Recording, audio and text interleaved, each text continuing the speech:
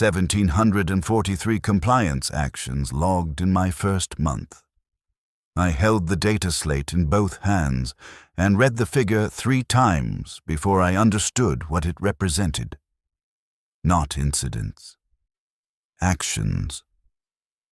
The difference became clear to me later, when I learned that a single action could involve anywhere from 1 individual to several hundred, depending on the density of the sector and the efficiency of the sweep team assigned.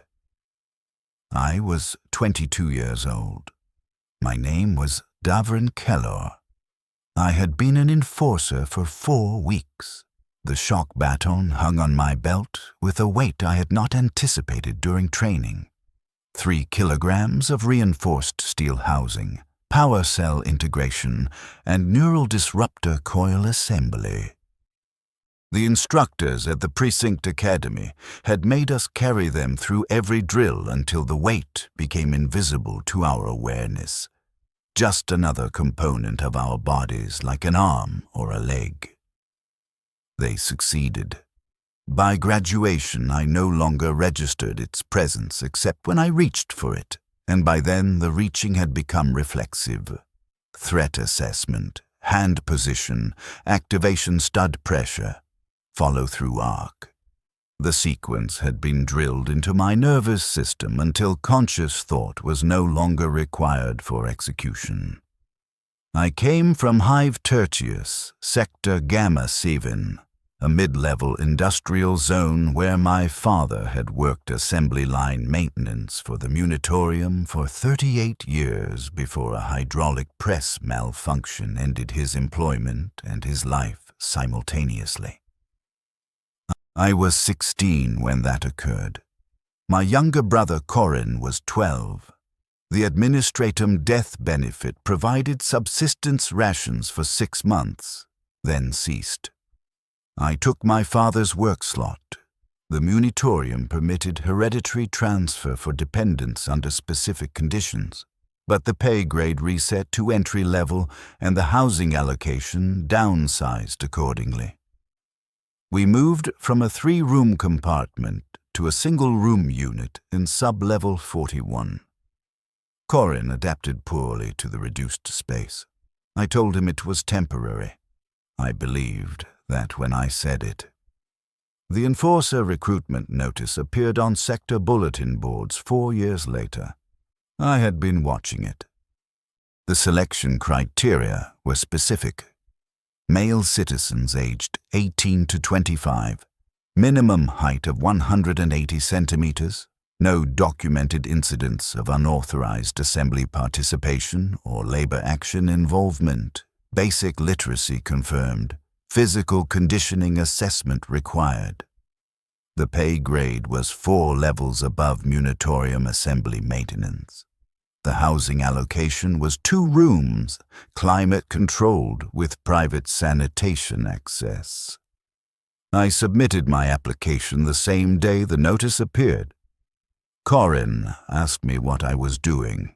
I told him I was ensuring we would not remain in sub-level 41 permanently. He looked at the recruitment notice for a long time before he spoke again. He asked me if I understood what enforcers did. I told him I understood they maintained order. He did not respond to that. The selection process took 3 weeks. Physical conditioning assessment first. I passed without difficulty. 4 years of assembly line work had built the necessary strength and endurance. Literacy examination second. I scored in the acceptable range. My father had taught me to read technical manuals and maintenance logs, which translated adequately to general comprehension. Psychological conditioning evaluation third. This one I did not understand at the time. They placed me in a white room with a single chair and a vid screen. The screen showed images in rapid sequence, crowds, faces, raised voices recorded and played at increasing volume, unauthorized gathering scenarios, strike actions. I was instructed to press a red button each time I observed behavior requiring correction. I pressed the button 73 times during the 20-minute assessment. The evaluator told me that was within operational parameters. I was accepted for training. The Precinct Academy was located in Sector Epsilon 4, 17 levels above my housing unit.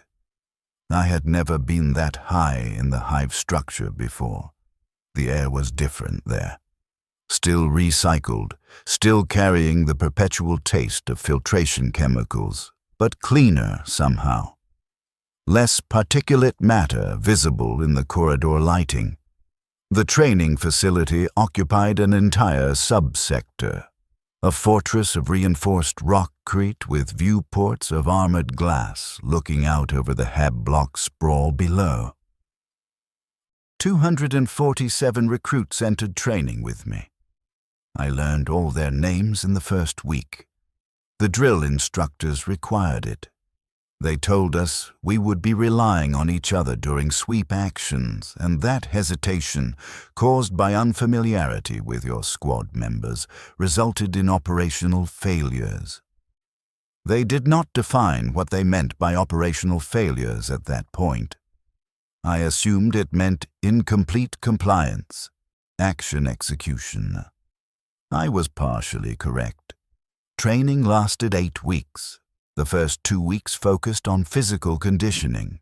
We already possessed the baseline strength, but they refined it into specific functional capacity.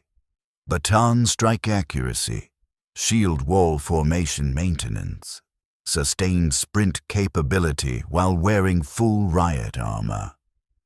The armor was heavier than the baton. 15 kilograms distributed across torso plating, limb guards, and helmet assembly. The helmet restricted peripheral vision to 17 degrees and reduced audio input to tactical communication frequencies only. The first time I wore the complete kit, I felt buried inside it, sealed away from normal sensory input. The instructors told us that was intentional. They said the armor created a necessary psychological distance between us and the subjects of compliance actions. I did not understand what that meant until later. Weeks 3 and 4 covered tactical doctrine, formation protocols, sweep patterns, sector containment procedures. We learned that enforcer operations were not investigative actions. Investigation was the responsibility of the arbits, whose jurisdiction covered significant crimes and heretical activity. Our jurisdiction was maintenance of order. Unauthorized gatherings, strike actions, curfew violations, seditious speech, the distribution of prohibited literature. We were taught to identify these infractions on site and respond with immediate corrective force. Questions regarding the nature of the infraction or the motivations of the violators were categorized as operationally irrelevant. Our function was suppression, not adjudication. The administratum determined policy. The arbits addressed significant violations. We maintained the baseline order that permitted the hive to function. That was the doctrine. I memorized it. I believed it served a necessary purpose. Week 5 introduced the shock baton in live application. Until that point, we had trained with unpowered practice variants. The live version carried a neural disruptor charge calibrated to deliver incapacitating pain without permanent tissue damage, in theory. The instructors demonstrated proper strike zones, major muscle groups, nerve cluster points, limb joints. They emphasized that skull strikes and spinal column impacts were prohibited except in extreme resistance scenarios. They did not define what constituted an extreme resistance scenario. We practiced on training dummies first, then on each other, rotating through striker and receiver roles. I received my first shock baton strike to the right thigh during this phase. The pain was immediate and comprehensive. Not localized burning. That would have been manageable. This was a full-body neural cascade that began at the impact point and radiated through every nerve pathway simultaneously. My leg collapsed. I registered the ground impacting my shoulder and head. I registered shouting that I later understood was coming from my own mouth. The pain lasted 14 seconds according to the drill instructor's chrono. It felt substantially longer than that. I asked the instructor afterward if the duration could be adjusted. He told me the baton had 3 settings: compliance, incapacitation, and termination. Compliance delivered a 3-second charge, enough to establish control without causing collapse. Incapacitation delivered a 14-second charge, enough to disable resistance capacity for several minutes. Termination delivered a sustained charge until cardiac arrest occurred. This setting was locked behind a command-level authorization code and required incident documentation for any activation. He told me we would be operating primarily at the compliance level. I asked him what determined when escalation to incapacitation became necessary. He told me that was covered in Week 6. Week 6 was scenario training. They constructed mock hab-block corridors in the training facility basement and populated them with actor recruits assigned to play violators. We conducted practice sweeps in full armor with live batons set to minimum charge. The scenarios increased in complexity across the week. First scenario, single violator, verbal non-compliance. Second scenario, small group, 3 individuals, passive resistance. Third scenario, crowd simulation, 20 individuals, active resistance including thrown objects. Fourth scenario, full-scale riot simulation, 50 individuals, coordinated resistance with barricade construction. I learned during these scenarios that doctrine required escalating force application until compliance was achieved. Verbal commands first, physical contact second, baton displayed but not activated. Active strikes third, compliance level charge. Incapacitation fourth. Termination authorization request fifth if resistance persisted beyond incapacitation application. I performed adequately in the first 3 scenarios. The fourth scenario, the riot simulation, required multiple repetitions before I executed it according to doctrinal standards. The problem was not physical capability or tactical understanding. The problem was hesitation. The actor recruits were very skilled. They shouted authentic-sounding grievances, labor conditions, ration shortages, missing family members. They made eye contact through my helmet visor and spoke directly to me, asking me to consider their position, to recognize their humanity, to acknowledge that their concerns were legitimate. My strike accuracy decreased by 40% during the first iteration. The drill instructor stopped the scenario and removed me from the formation. He asked me if I understood what I had done wrong. I told him I had allowed emotional response to interfere with doctrinal execution. He told me that was partially correct. He told me the violators would always attempt to establish personal connection because personal connection created hesitation, and hesitation created operational failure. He told me the armor and helmet were designed to prevent that connection from forming. He told me I needed to internalize the same psychological barrier the equipment represented. He told me to run the scenario again. I ran it 6 more times that day. By the 6th iteration, I achieved acceptable strike accuracy. The actor recruits still shouted their grievances. I no longer processed the specific words they were saying. Week 7 covered legal doctrine. We needed to understand what violations fell within our jurisdiction and what required escalation to Arbit's oversight.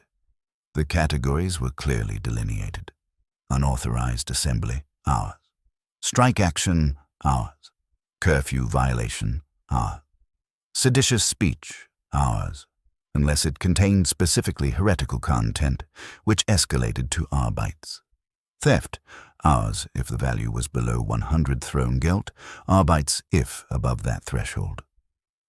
Murder, Arbeits unless it occurred during a riot scenario, in which case suppression was our responsibility and investigation transferred to Arbeits afterward. Heresy, Arbeits exclusively, immediate notification required.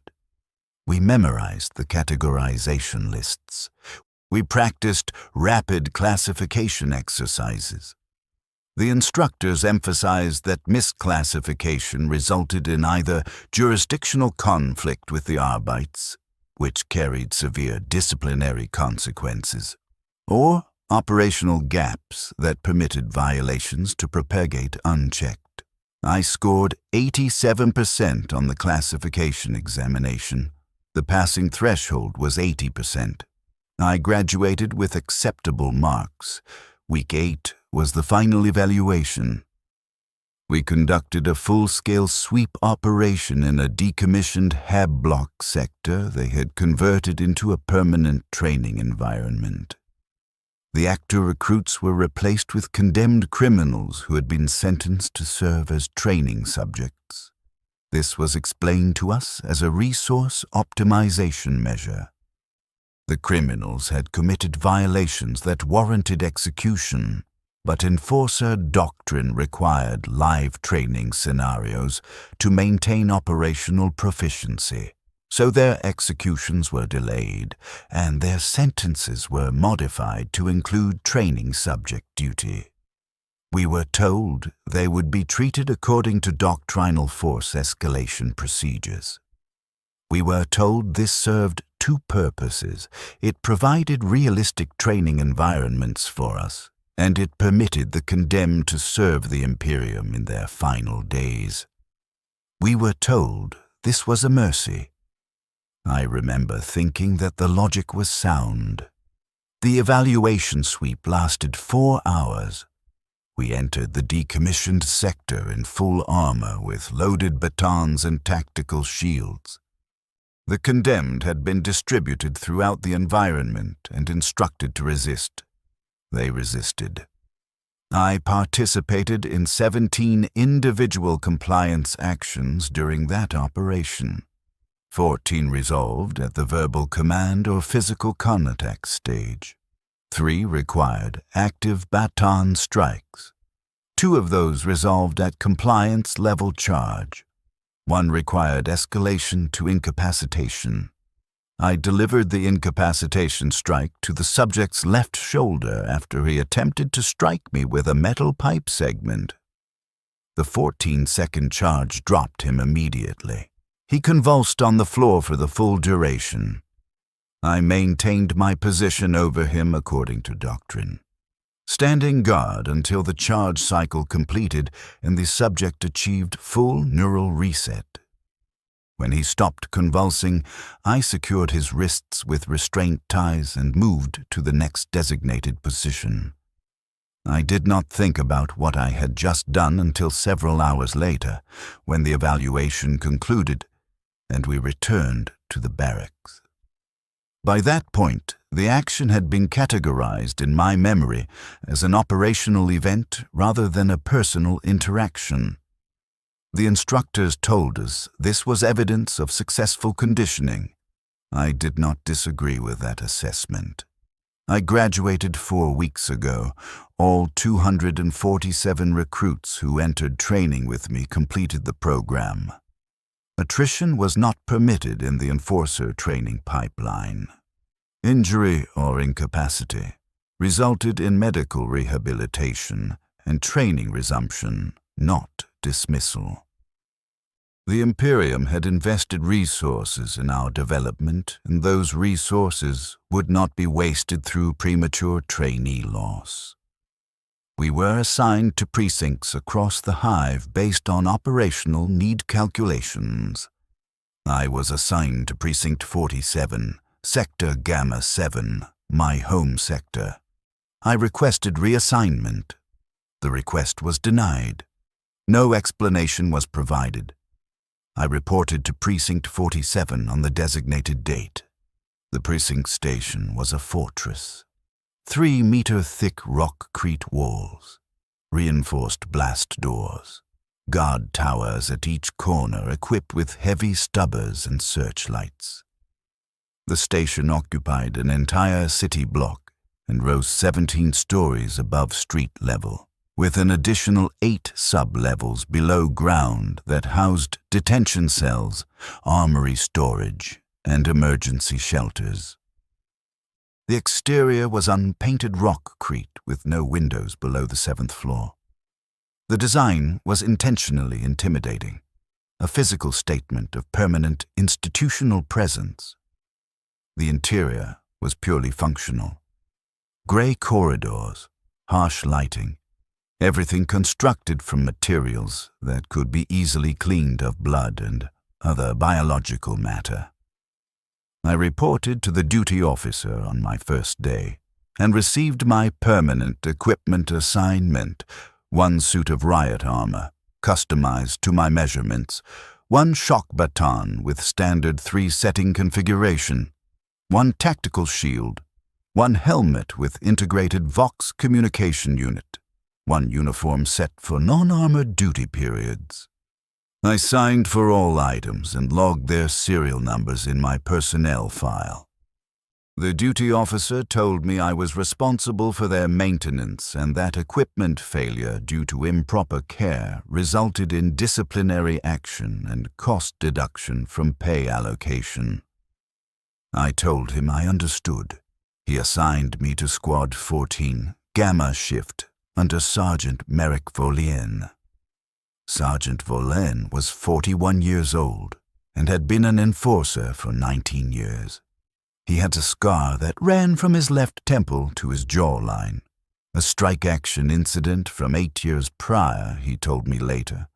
A worker had broken formation and reached him with a sharpened pipe before the squad could intervene.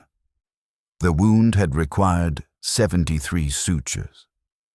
He showed me the scar during my first week and told me it represented a lesson. Never assume compliance until restraints are secured. He asked me if I understood the lesson. I told him I did. He told me I would understand it more thoroughly after my first actual sweep. He was correct about that. Squad 14 consisted of 12 enforcers, including Sergeant Volien. 8 had been in the squad for more than 3 years. 3 had been reassigned to the squad within the last year. I was the newest addition. The squad operated on a 4-shift rotation. 8 hours on patrol, 8 hours on standby at the precinct station, 8 hours rest period. We conducted an average of 4 to 6 sweep operations per shift, depending on operational tempo and sector violation reports. The reports came from multiple sources: automated surveillance systems that tracked population density and movement patterns, informant networks that reported suspicious gatherings, administratum labor overseers who identified productivity declines potentially indicating strike action planning, and direct observation during routine patrols. Most reports were classified as low priority and addressed during regular patrol sweeps. High priority reports, active strikes, large unauthorized gatherings, curfew violations involving more than 50 individuals required immediate squad deployment in full tactical configuration. My first patrol was a low-priority routine sweep through sub-level 38 HAB blocks. 6 of us, Sergeant Volen, myself, and 4 squad members whose names were Jorik, Holden, Krennig, and Marcos. We wore full armor. We carried active batons and tactical shields. We moved in standard formation, 2 by 2 columns with Sergeant at front and newest member. Me, positioned second from rear. The HAB block corridors were narrow, 2 meters wide at most. The walls were water-stained rockcrete covered in layers of peeling paint and unauthorized postings that had been partially torn down during previous patrols. The lighting was irregular, every third lumen strip functioning, the others flickering or dead entirely. The air smelled of recycled waste processing and human occupation density. 300 people per corridor section, according to the sector population logs. I could believe that number. We encountered our first civilians 17 minutes into the patrol. A group of 5 individuals standing in a corridor intersection, speaking in low voices. Sergeant Volen assessed the group as we approached. No visible weapons, no prohibited materials. Conversation ceased immediately upon our appearance. Body language indicated awareness and wariness, but not aggressive intent. He classified the encounter as routine contact rather than violation. We continued past them without engagement. I looked at their faces as we passed. They did not look at us. They looked at the walls, the floor, anywhere except directly at our formation. One of them was younger than me, maybe 19. His hands were shaking. I noticed that detail specifically. I did not understand why at the time. The first actual violation we encountered was a curfew breach. Single individual moving through a restricted corridor 40 minutes after designated curfew commencement. Sergeant Volen signaled halt. He ordered Jorik and me to intercept. We approached the individual according to doctrine. Weapons visible but not raised. Verbal challenge issued from 5 meters distance. Jorik called out the challenge. Halt! Identify yourself and state your authorized purpose for curfew violation. The individual, a man, approximately 30 years old, wearing standard worker coveralls with visible chemical staining, stopped moving and raised his hands. He said his designation was Terek Hollis. He said he was returning from extended shift duty at Refinery Complex 16. He said his shift overseer had required additional hours to meet production quotas and had not updated his curfew authorization accordingly. He reached for his identification documentation. Jorik told him not to move. The man froze. Jorik approached and retrieved the documentation himself. He examined it. The identification was valid. The refinery employment was confirmed. The shift extension was not documented. Jorik returned to our position and reported to Sergeant Volen. The sergeant asked the man if he had requested curfew authorization documentation from his shift overseer before departing the refinery. The man said he had. The sergeant asked him if the overseer had provided such documentation. The man said the overseer had told him to return to his HAB unit and handle the documentation the following day, that production requirements took priority over administrative procedures. The sergeant nodded. He told the man that was not the correct procedure. He told the man that curfew violations could not be retroactively authorized. He told the man he was being issued a formal warning and that future violations would result in detention and labor duty penalty. He told Jorik to log the warning in our patrol report. The man thanked the sergeant. The sergeant told him to return to his HAB unit immediately. The man complied. We continued the patrol. I asked Sergeant Verlaine afterward why we had not detained the man. He told me the violation was technical rather than intentional. He told me the man's story was probably accurate. Refinery overseers frequently extended shifts without proper administrative coordination. He told me detention for technical violations that did not indicate intentional resistance consumed resources without serving operational purpose. He told me formal warnings created documentation trails that allowed us to identify repeat violators while minimizing unnecessary detention processing. He told me this was an example of discretionary enforcement within doctrinal parameters. I asked him how he determined whether a violation was technical or intentional. He told me experience. He told me I would develop the same assessment capability after sufficient operational exposure. I accepted that explanation. The first strike action I participated in suppressing occurred during my second week. High priority deployment, active work stoppage at Forge Complex 9. Approximately 200 workers refusing shift commencement and gathering in the main assembly hall. 4 squads deployed, squads 14, 15, 19, and 22. 48 enforcers total. We assembled in full tactical configuration at the precinct station and received briefing from Watch Commander Halleck. He told us the workers were protesting a ration reduction that had been implemented 3 days prior. He told us the reduction was part of a sector-wide resource reallocation mandated by the Administratum. He told us the protest had been ongoing for 2 hours and production in the Forge complex had completely ceased. He told us our objective was immediate compliance, restoration through application of appropriate force. He told us lethal force authorization was granted if resistance escalated beyond incapacitation level response capability. He asked if there were questions. There were no questions. We deployed via armored transport. 4 Rhino pattern carriers, 12 enforcers per carrier. The transport to Forge Complex 9 took 11 minutes.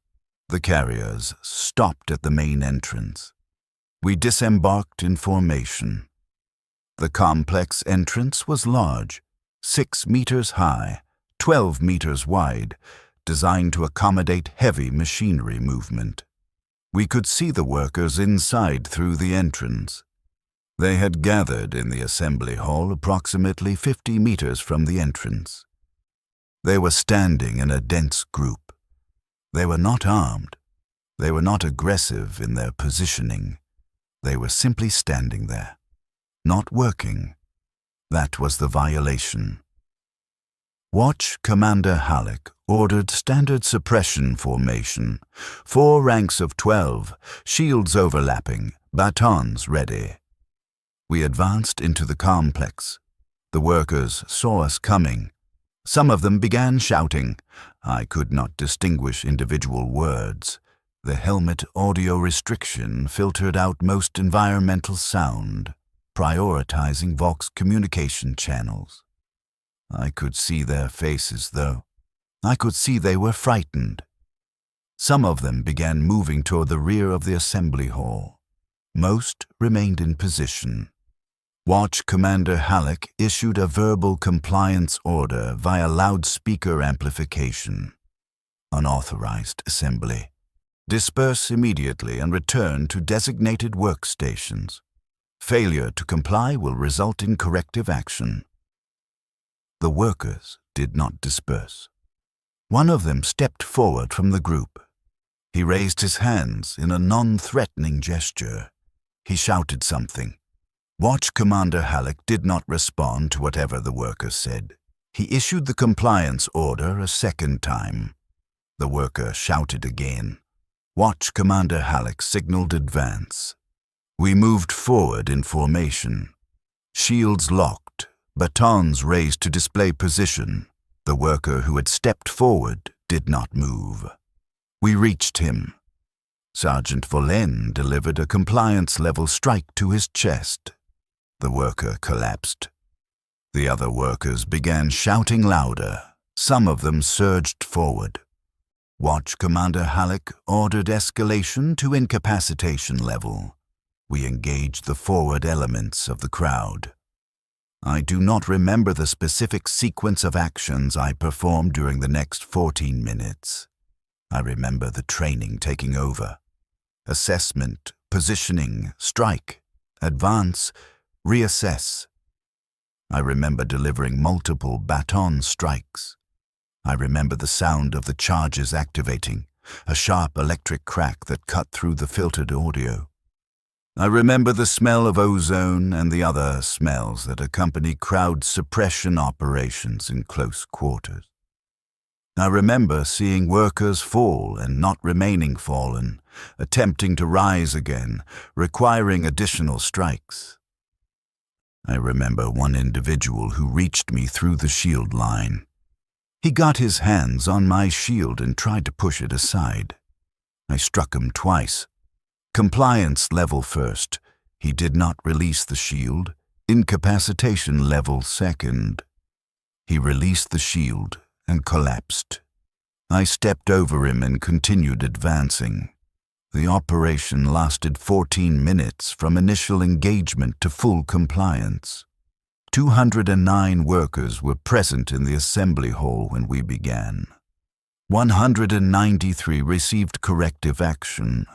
Baton strikes at compliance or incapacitation level. 16 had dispersed when the operation began and were not engaged. 47 workers required detention.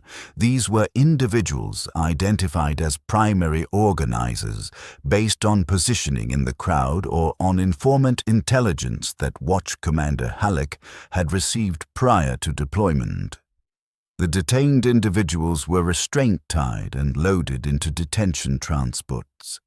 The remaining workers were ordered to return to workstations immediately. They complied. Production resumption was confirmed within 30 minutes of operation conclusion. 0 enforcer casualties. 3 enforcers received minor injuries, bruises, minor lacerations, from thrown objects or physical contact during engagement. Worker casualties.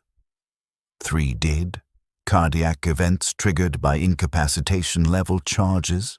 The medical officer classifies these as pre-existing cardiac weakness that contraindicated shock baton use, but acknowledged that field identification of such conditions was not operationally feasible. 41 injured requiring medical treatment, broken bones from falls, soft tissue damage from strikes, neural trauma from repeated charge exposure. 149 received corrective action without requiring medical intervention beyond basic observation. We returned to the precinct station. We cleaned our equipment. We submitted our patrol reports. Watch Commander Halleck conducted an after-action review. He told us the operation was executed according to doctrine. He told us compliance had been restored efficiently. He told us production resumption had occurred within acceptable time parameters. He told us this represented a successful operational outcome. He asked if there were questions. I had a question. I did not ask for it. The question was, what happens to the 3 workers who died? I did not ask it because I understood from the briefing that their deaths were classified as acceptable operational loss. They had been participating in unauthorized work stoppage. They had failed to comply with dispersal orders, and their cardiac weakness was a pre-existing condition that they had not disclosed to their medical overseers. Their deaths were their responsibility, not ours. That was the doctrinal position. I understood that position. I did not agree with that position. I did not express disagreement. I went to my rest period. I did not sleep well during that rest period. The operations continued at a steady tempo. 4 to 6 sweep actions per shift. Most were routine, curfew violations, small unauthorized gatherings, suspicious behavior requiring investigation. Some were active suppression operations like the Forge Complex action, strike actions, large-scale protests, riot scenarios. The scale varied. The doctrine remained constant. Verbal order, display of force, application of force, escalation as necessary, documentation, return to the station, clean equipment, submit reports, next shift, repeat. I learned during this period that the younger worker I had seen during my first patrol, the one whose hands had been shaking, was my brother Corin. I did not recognize him immediately. The helmet restricted my visual field, and I had not seen him in 4 weeks since my assignment to the precinct. I recognized him during my 6th week when I encountered him again during a routine corridor patrol. He was part of a group of 8 workers gathered in a HAB unit common area. The gathering was technically unauthorized. Groups larger than 5 required assembly permits. Sergeant Volen assessed the group as a low-priority violation. They were not engaged in protest behavior. They appeared to be simply conversing during their rest period. He ordered dispersal with formal warning rather than detention. I approached the group to issue the warning. I saw Corin's face. He saw mine, or he saw my helmet. He could not see my face through the visor. He did not recognize me. I issued the warning according to procedure. I told them assembly groups exceeding 5 individuals required authorization. I told them they were in violation of assembly regulations. I told them to disperse immediately. They dispersed. Corin left with the others. He did not speak. His hands were shaking again. I did not identify myself to him. I told myself this was proper procedure. Personal connections during operational duties were prohibited. They created the hesitation the training had been designed to eliminate. I told myself I would visit him during my rest period. I did not visit him during my rest period. I told myself I would visit him the following rest period. I did not visit him then either. I stopped telling myself I would visit him. It became easier to maintain operational distance if I did not think of him as my brother. I began categorizing him as just another HAB block resident requiring supervision. The training continued to function effectively. 3 months into my assignment, I was involved in my first termination-level authorization event. Riot scenario. Sector-wide unrest triggered by an administratum announcement of mandatory labor shift extension from 10 hours to 12 hours with no corresponding ration increase. The announcement had been posted throughout Sector Gamma, 7 at shift change. Workers began gathering in multiple locations simultaneously. Watch Commander Halleck declared a sector-wide emergency and deployed all available squads. 12 squads total, 144 enforcers. We assembled in the precinct courtyard in full tactical configuration. Watch Commander Halleck briefed us via Vox channel. He told us the unrest had spread to 17 separate locations. He told us preliminary intelligence indicated organized coordination. This was not spontaneous protest. This was planned resistance. He told us standard suppression doctrine was authorized with lethal force. Escalation permitted at squad leader discretion. He told us the administratum required compliance restoration within 6 hours, or they would request astra militarum intervention, which would reflect poorly on precinct operational capability. He told us to execute our duties efficiently. We deployed to assigned sectors.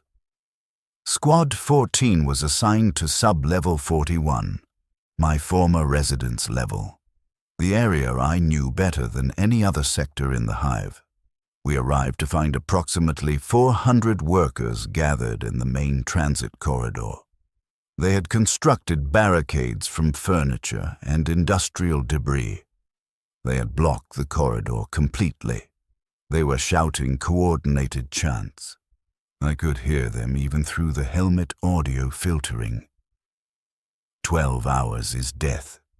We will not comply. 12 hours is death. We will not comply. They repeated this continuously. They saw us arrive. They did not disperse. They did not show fear. They showed determination. Sergeant Volent ordered standard formation. We advanced to the optimal engagement range, 15 meters from the barricade. He issued a compliance order via loudspeaker. The workers did not respond. They continued their chant. He issued the order a second time. They still did not respond.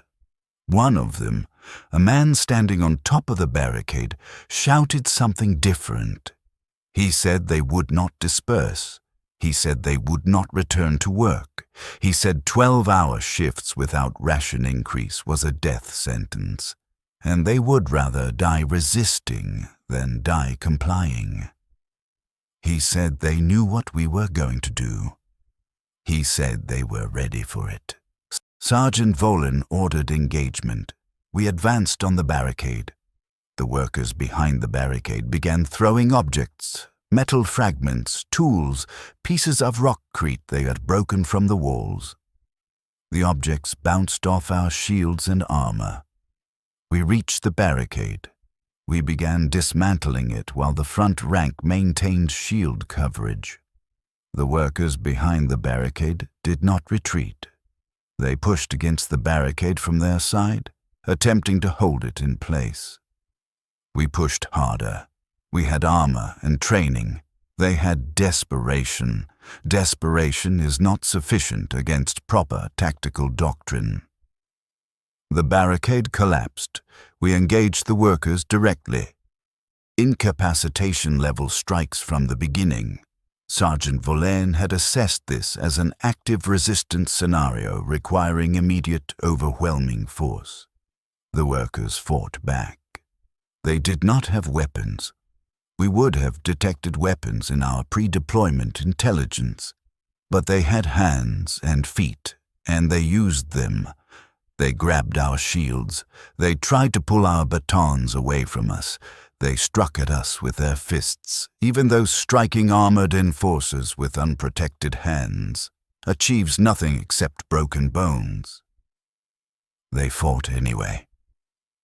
I was separated from formation during the engagement. 3 workers surrounded me and attempted to pull me down. I maintained balance and delivered strikes to all 3 in rapid sequence. They fell. I turned to rejoin formation. I saw another worker approaching me. He was not attacking. He was simply standing 3 meters away, looking at me. I raised my baton to display position. He did not move. I issued a verbal command to comply and withdraw. He did not move. I recognized his face. It was Corin. He said my name. I heard it through the helmet filtering. "Davrin?" he said. "Is that you, Davrin?" I did not respond. He took a step closer. "Davrin, please. We are not criminals. We are just asking for enough food to survive. Please." I did not respond. He took another step. "Davrin, brother, please." I told him to comply and withdraw. My voice sounded wrong through the helmet speaker, mechanical, distorted. He did not withdraw. He took another step. He reached toward me. not threatening, pleading. His hand extended toward my helmet as if he wanted to remove it, as if seeing my face would change the situation. I struck him. Compliance level. Center mass. He collapsed. I stood over him according to doctrine. I did not remove my helmet. I did not speak to him. I maintained my position until the charge cycle was completed. He was crying when he could move again. I secured his wrists with restraint ties. I moved to the next engagement position. I did not think about what I had done. I could not afford to think about what I had done. The operation was still ongoing. Thinking would create hesitation. Hesitation would create operational failure. I had been trained to understand this. The training was functioning correctly. The riot suppression lasted 43 minutes. 417 workers engaged across Sector Gamma 7. 394 received corrective action. 23 died, 14 from cardiac events during incapacitation charges, 9 from head trauma sustained during falls or tactical shield impacts. 107 required detention. Corin was among the detained. He was transported to precinct detention cells. I did not visit him in detention. I submitted my patrol report. I logged 1 compliance level strike against an unidentified resisting subject. I did not include his name in the report. Names were not required in operational documentation unless the subject was flagged for specific intelligence purposes. He was not flagged. I went to my rest period. I still did not sleep well. Corin was processed through detention over the following week. Standard procedure for Riot participation. 7 days detention, mandatory labor duty on public work projects for 30 days following release. Permanent notation in citizen file indicating participation in unauthorized assembly.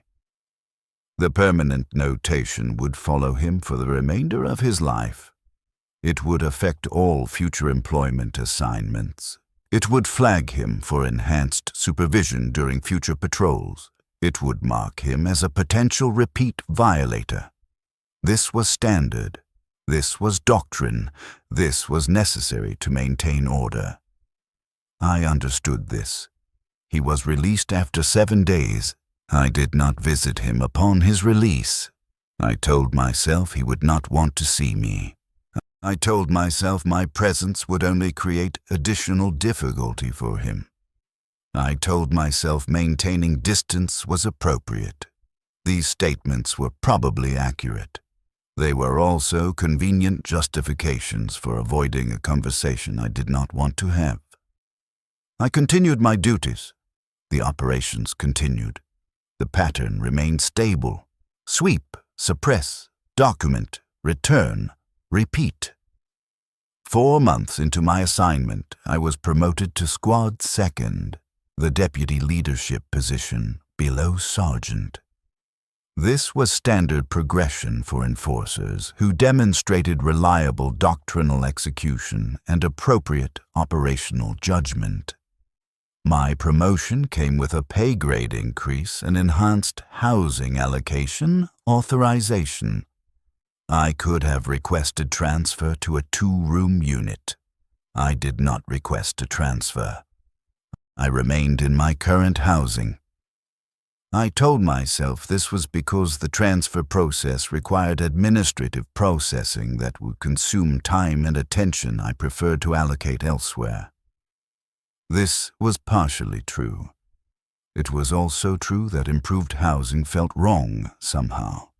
Wrong in a way I did not want to examine closely. I'm trying to be precise about the sequence of my thinking during this period. Precision is important. I need to account for how the transition occurred, how I moved from questioning to acceptance to something beyond acceptance. It did not happen suddenly. There was no single moment of conversion. It was gradual. Incremental. Each operation normalized the next operation. Each strike made the following strike easier to deliver. Each suppression action reinforced the doctrinal framework that justified all suppression actions. The training had conditioned me to respond without hesitation. The operational experience reinforced that conditioning until it became indistinguishable from my base personality architecture. By month 6, I no longer felt discomfort during operations. I delivered strikes with the same emotional neutrality I applied to equipment maintenance or report documentation. The workers I struck ceased being individual persons with specific circumstances and grievances. They became components of operational scenarios, compliance subjects, resistance vectors requiring correction. This transformation was not intentional. I did not wake up one day and decide to dehumanize the people I was suppressing. It happened beneath conscious awareness, a psychological adaptation to sustained exposure to violence that I was required to deliver and forbidden to question. Sergeant Volen noticed the change. He told me during month 7 that I had developed into a reliable operative. He told me I executed doctrine without hesitation or deviation. He told me this was evidence of proper conditioning. He told me I would likely be promoted to squad sergeant within 2 years if I maintained my current performance trajectory. He asked me if I had questions about anything, operations, doctrine, career progression. I told him I had no questions. He told me that was good. He told me questions indicated incomplete conditioning. He told me enforcers who continued asking questions after the first year usually did not complete 10-year service contracts. They either requested transfer to non-operational administrative roles, or they developed stress trauma that required medical intervention, or they simply failed to recontract at the end of their initial term. He told me I did not display indicators of any of those trajectories. He told me I was going to have a long and successful career. I thanked him for the assessment. I believed he was correct. Month 9 brought the winter cycle to Sector Gamma 7. Winter in a hive city is not the same as winter on a planet with actual weather systems and seasonal temperature variation. Our winter was an administrative designation. The Administratum reduced heating allocation to civilian sectors by 30% to redirect power generation capacity toward increased munitorium production quotas. The temperature in HAB blocks and work facilities dropped by approximately 11 degrees on average. This does not sound significant. It becomes significant when you are already living at minimum subsistence temperature and your body has no reserves to compensate for additional thermal stress. Workers began presenting at medical stations with cold-related injuries, hypothermia, frostbite in extremities, respiratory infections that progressed to pneumonia when left untreated due to insufficient Medicare capacity. The Administratum issued a notification explaining that the heating reduction was temporary, projected duration of 4 months, and that citizens were expected to adapt through additional clothing layers and increased physical activity during rest periods to maintain core temperature. The notification did not explain where citizens were supposed to obtain additional clothing when clothing rations had not been increased. It did not explain how increased physical activity during rest periods would function when nutritional rations were calculated to provide exactly sufficient caloric intake for assigned work duties plus minimal rest period activity. These omissions were noted by the worker population. Complaints were filed through proper administrative channels. The complaints were logged and filed. No response was issued. This was standard administrative procedure. Complaints were documented to create the appearance of responsive governance, but actual response was provided only when complaint volume reached thresholds indicating potential unrest that could affect production capacity. The threshold was reached during week 3 of the winter cycle.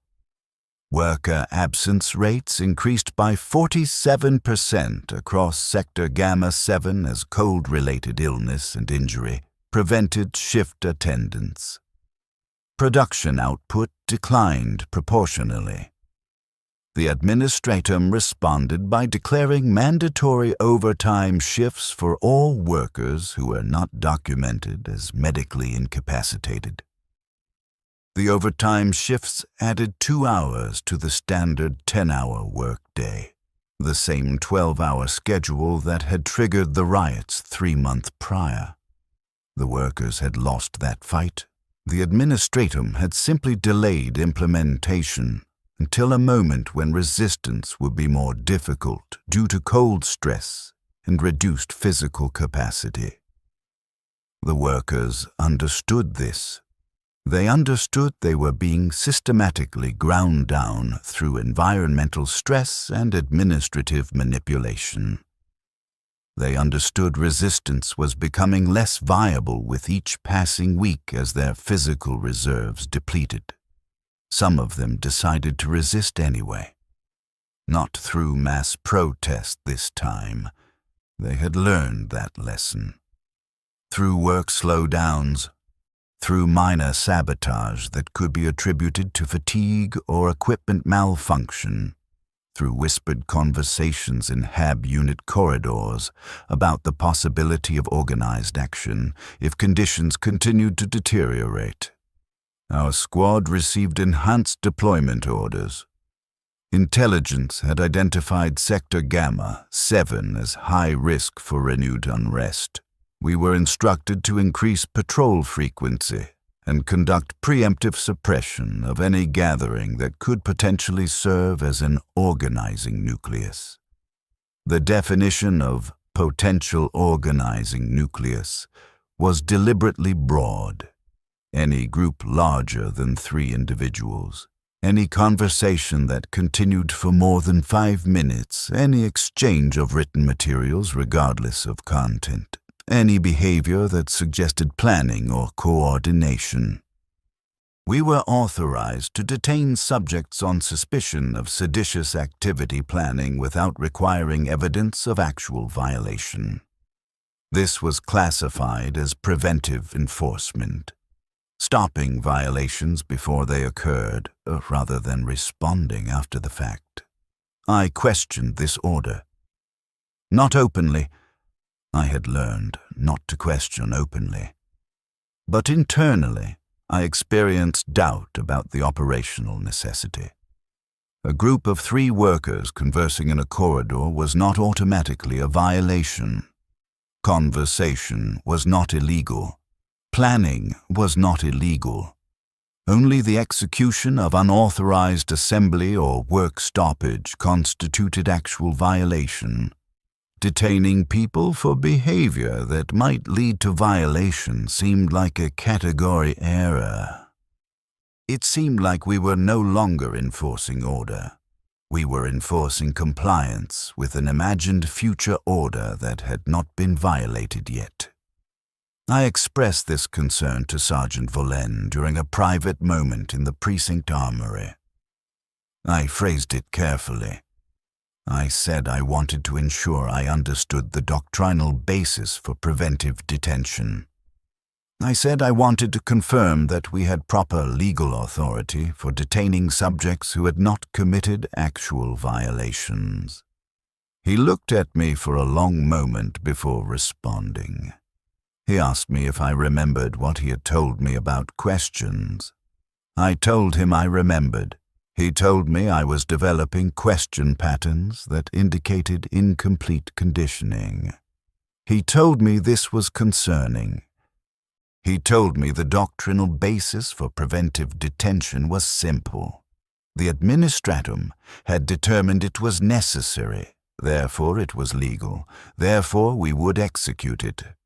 He told me legal authority flowed from institutional necessity, not from abstract principle. He told me if I continued developing question patterns, I would need to undergo remedial conditioning at the Precinct Psychological Services facility. He asked me if I understood. I told him I understood. I stopped asking questions. The preventive enforcement operations began immediately. We increased our patrol frequency to continuous coverage. One squad element on patrol at all times throughout Gamma Shift, with rapid response capability from standby squads if situations required additional personnel.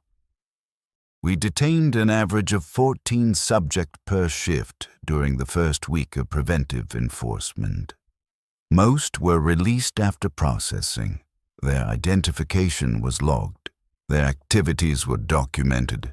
Their citizen files were flagged for enhanced monitoring, but no formal charges were filed because no actual violations had occurred. The detention served its intended purpose anyway. It created ambient fear. Workers learned that gathering in groups or engaging in extended conversations would result in detention processing, even if they were not actually violating any regulations. The detention itself became the punishment.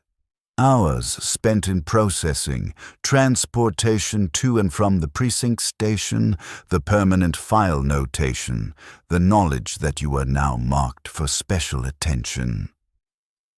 Resistance activity declined sharply. Workers stopped gathering. They stopped conversing in the corridors. They moved directly from work facilities to HAB units and remained in their units during rest periods. The sector became quiet, compliant. This was classified as successful preventive enforcement. Watch Commander Halleck commended all squads for efficient execution of enhanced patrol doctrine. He told us we had successfully suppressed potential unrest before it manifested as actual unrest. He told us this represented optimal enforcement. The best operation is the one that prevents violations rather than responding to them. I understood the logic. I agreed with the logic. I also understood that we had achieved compliance through systematic intimidation of a population that had committed no actual crimes. Both things were true simultaneously. I did not know how to reconcile them. I stopped trying to reconcile them. Reconciliation was not operationally necessary. Month 11 brought an incident that required me to confront my categorization of Corin as just another HAB block resident. We received deployment orders for an unauthorized assembly in sub-level 41, corridor section Gamma 741E, the section where my former housing unit was located. Preliminary intelligence indicated approximately 30 individuals had gathered in a common area. The gathering had been ongoing for approximately 40 minutes. Informant reports suggested the gathering included discussion of work conditions and potential coordinated action. This met criteria for immediate suppression. Squad 14 deployed in full tactical configuration. We arrived at the location within 9 minutes of receiving the order. The gathering was exactly as described. 32 individuals in a common area, approximately 12 meters by 8 meters. They were standing in a loose group. They were not chanting. They were not armed. They were conversing in normal speaking voices. They saw us arrive. They did not immediately disperse. Several of them looked at us with expressions I'd learned to classify as defiant resignation. They knew what was going to happen. They had decided it was worth experiencing anyway. Sergeant Volin ordered standard suppression formation. We advanced into the common area. He issued a compliance order. Disperse immediately. Return to assigned housing units. This is an unauthorized assembly. Failure to comply will result in detention and corrective action. Nobody moved. Sergeant Volin repeated the order. Still no movement. One of them, a woman, approximately 40 years old. I noted this violated my earlier statement about no female references, but I am recording what actually occurred. Spoke. She said they were not leaving. She said they had a right to discuss their working conditions. She said the administratum was killing them through cold and overwork and insufficient rations, and they had nothing left to lose. Sergeant Volin did not respond to her statement. He ordered an engagement. We moved forward, batons ready, shields locked. The workers did not resist. They did not fight. They simply did not move. They stood in place and allowed us to reach them. We began delivering compliance-level strikes. They fell. We moved to the next subject. They fell. We moved to the next subject. The operation proceeded with mechanical efficiency. No resistance, no combat. Just systematic application of corrective strikes to stationary subjects. I was delivering strikes to the sixth subject when I recognized Corin among the group. He was standing at the back of the common area. He was not moving. He was watching me. He saw me see him. He knew I recognized him. Something in my body language must have changed even though my face was concealed by the helmet. He did not run. He did not speak. He just stood there waiting for me to reach him. I reached him. I raised my baton to strike position. He looked directly at my helmet visor. He said my name again. Davrin. Just that. Just my name. No pleading this time. No asking me to reconsider. Just acknowledgement that he knew who I was and I knew who he was, and we both knew what was going to happen next. I told him to comply and withdraw. My voice was mechanical through the speaker system. He did not move. I told him again. He still did not move. I struck him. Compliance level. Center mass. He fell. I moved to the next subject. The operation concluded within 11 minutes. 32 subjects received corrective action. All were detained. They were restraint-tied and transported to precinct holding cells for processing. 0 resistance encountered. 0 enforcer injuries. 2 subjects required medical attention for injuries sustained during falls following compliance strikes. 1 fractured wrist, 1 concussion from head impact with rockcrete floor. Both injuries were documented as subject responsibility due to failure to comply with dispersal orders prior to corrective action application. This was standard documentation procedure. The causation chain was clear.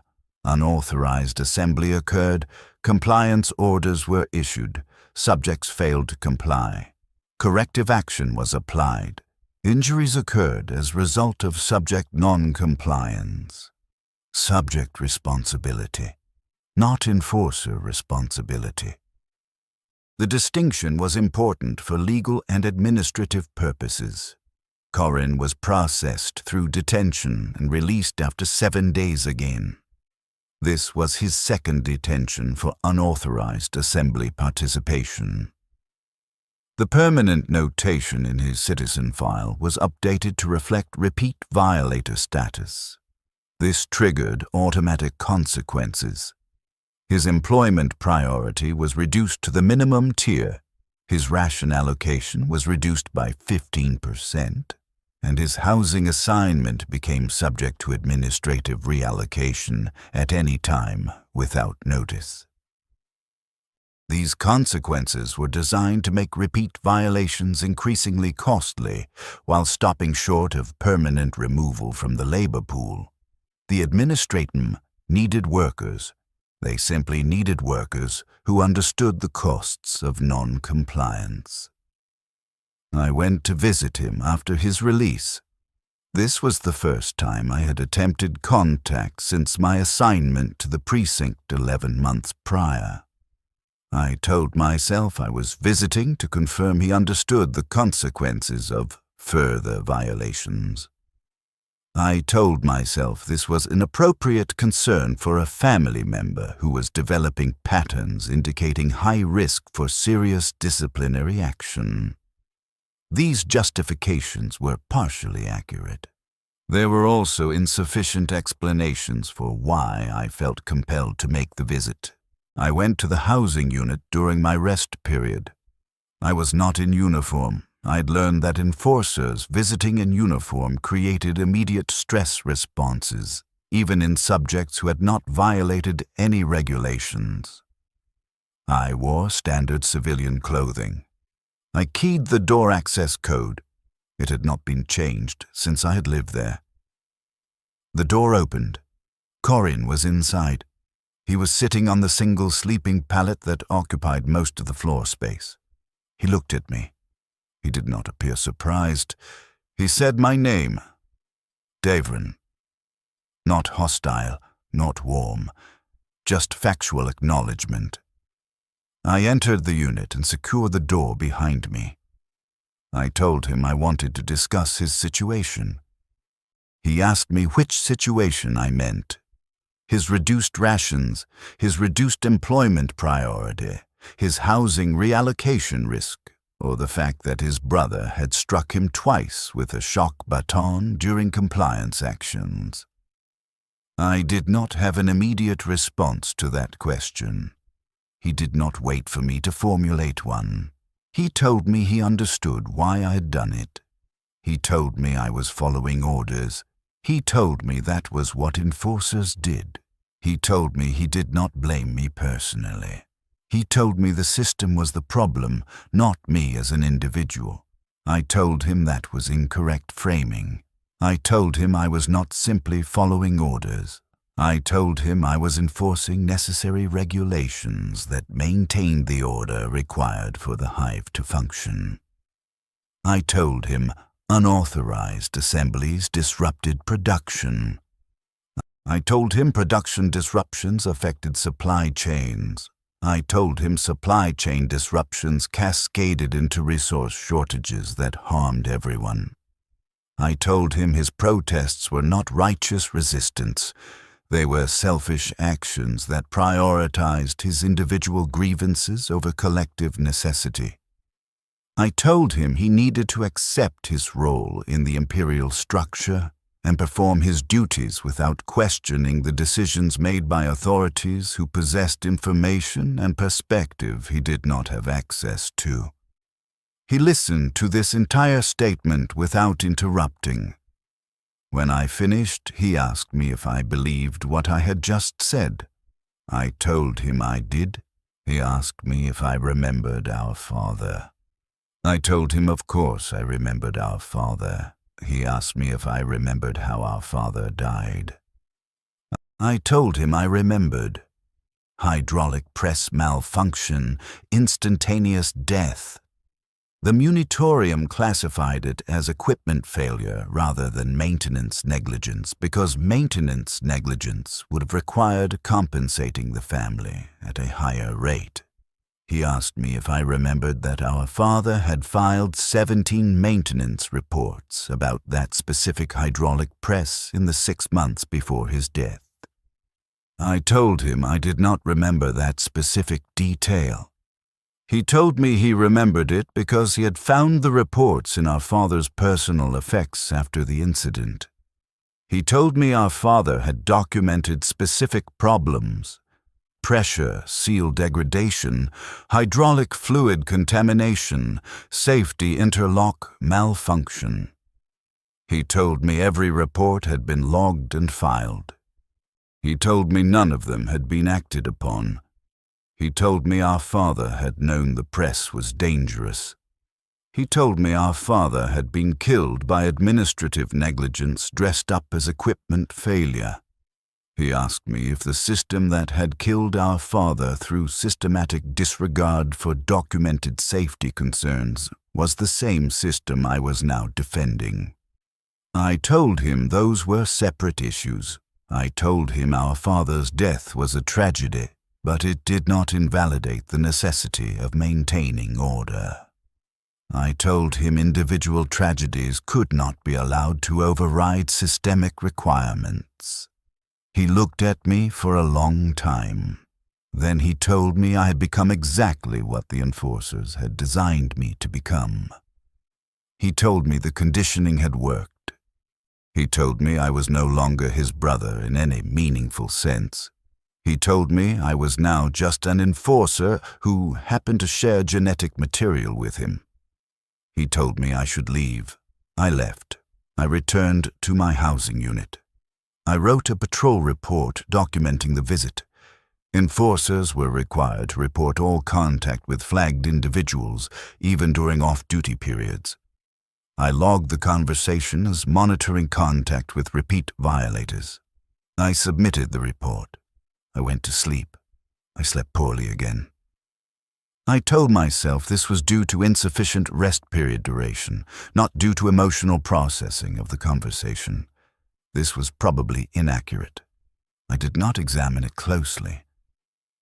Year 2 began. The winter cycle ended and heating allocation was restored to normal levels. Worker illness rates declined. Production output recovered. The administratum declared the crisis successfully managed.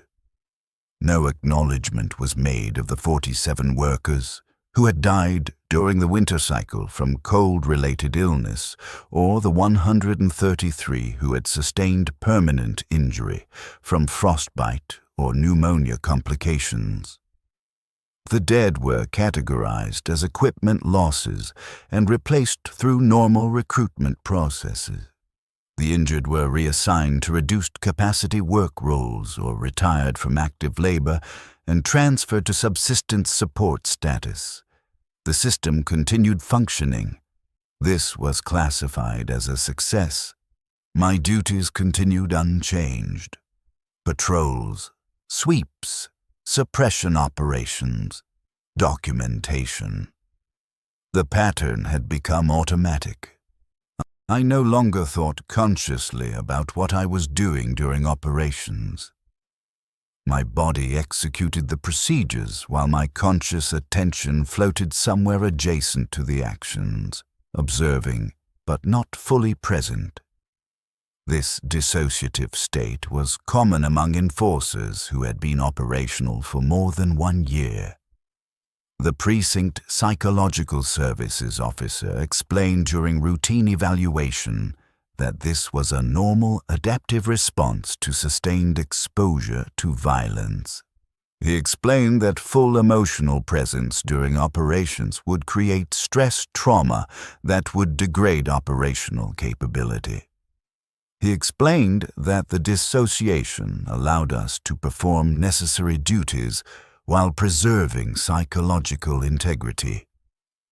He asked me if I experienced intrusive memories, sleep disruption, emotional dysregulation, or other trauma indicators. I told him I did not. This was partially inaccurate.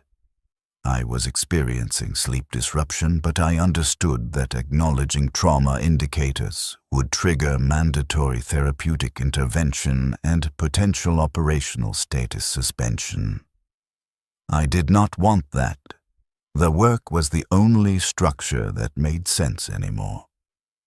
Remove the work and I would have nothing except time to think about what I had become. Month 14 brought the incident that broke my categorization system permanently. Large-scale unrest, sector-wide coordinated work stoppage affecting 12 separate facilities simultaneously. This was significantly more sophisticated than previous resistance actions. The coordination suggested planning, communication networks, and organizational structure. This suggested the presence of actual seditionists rather than spontaneous worker protests. The administratum elevated the threat assessment and authorized maximum response protocols. All squads deployed, lethal force authorization granted for any subject demonstrating leadership behavior or coordinating resistance. We deployed to Refinery Complex 16, the same facility where I had encountered the curfew violator during my first week of patrol operations. The worker who had been returning from extended shift and whose overseer had not provided proper documentation. The refinery workers had barricaded themselves inside the facility and shut down all operations. They had issued a list of demands via unauthorized Vox broadcast. Reduction of shift length from 12 hours to 8 hours. Restoration of previous ration levels, improved safety protocols, and this one was classified as explicitly seditious. Removal of administratum overseers and replacement with worker-elected supervisory committees. This last demand represented a direct challenge to the imperial authority structure. This elevated the situation from labor unrest to sedition. This changed our operational parameters significantly. We assembled outside the refinery complex. 8 squads, 96 enforcers. Watch Commander Halleck brief us. He told us the workers had crossed the line from protest to sedition.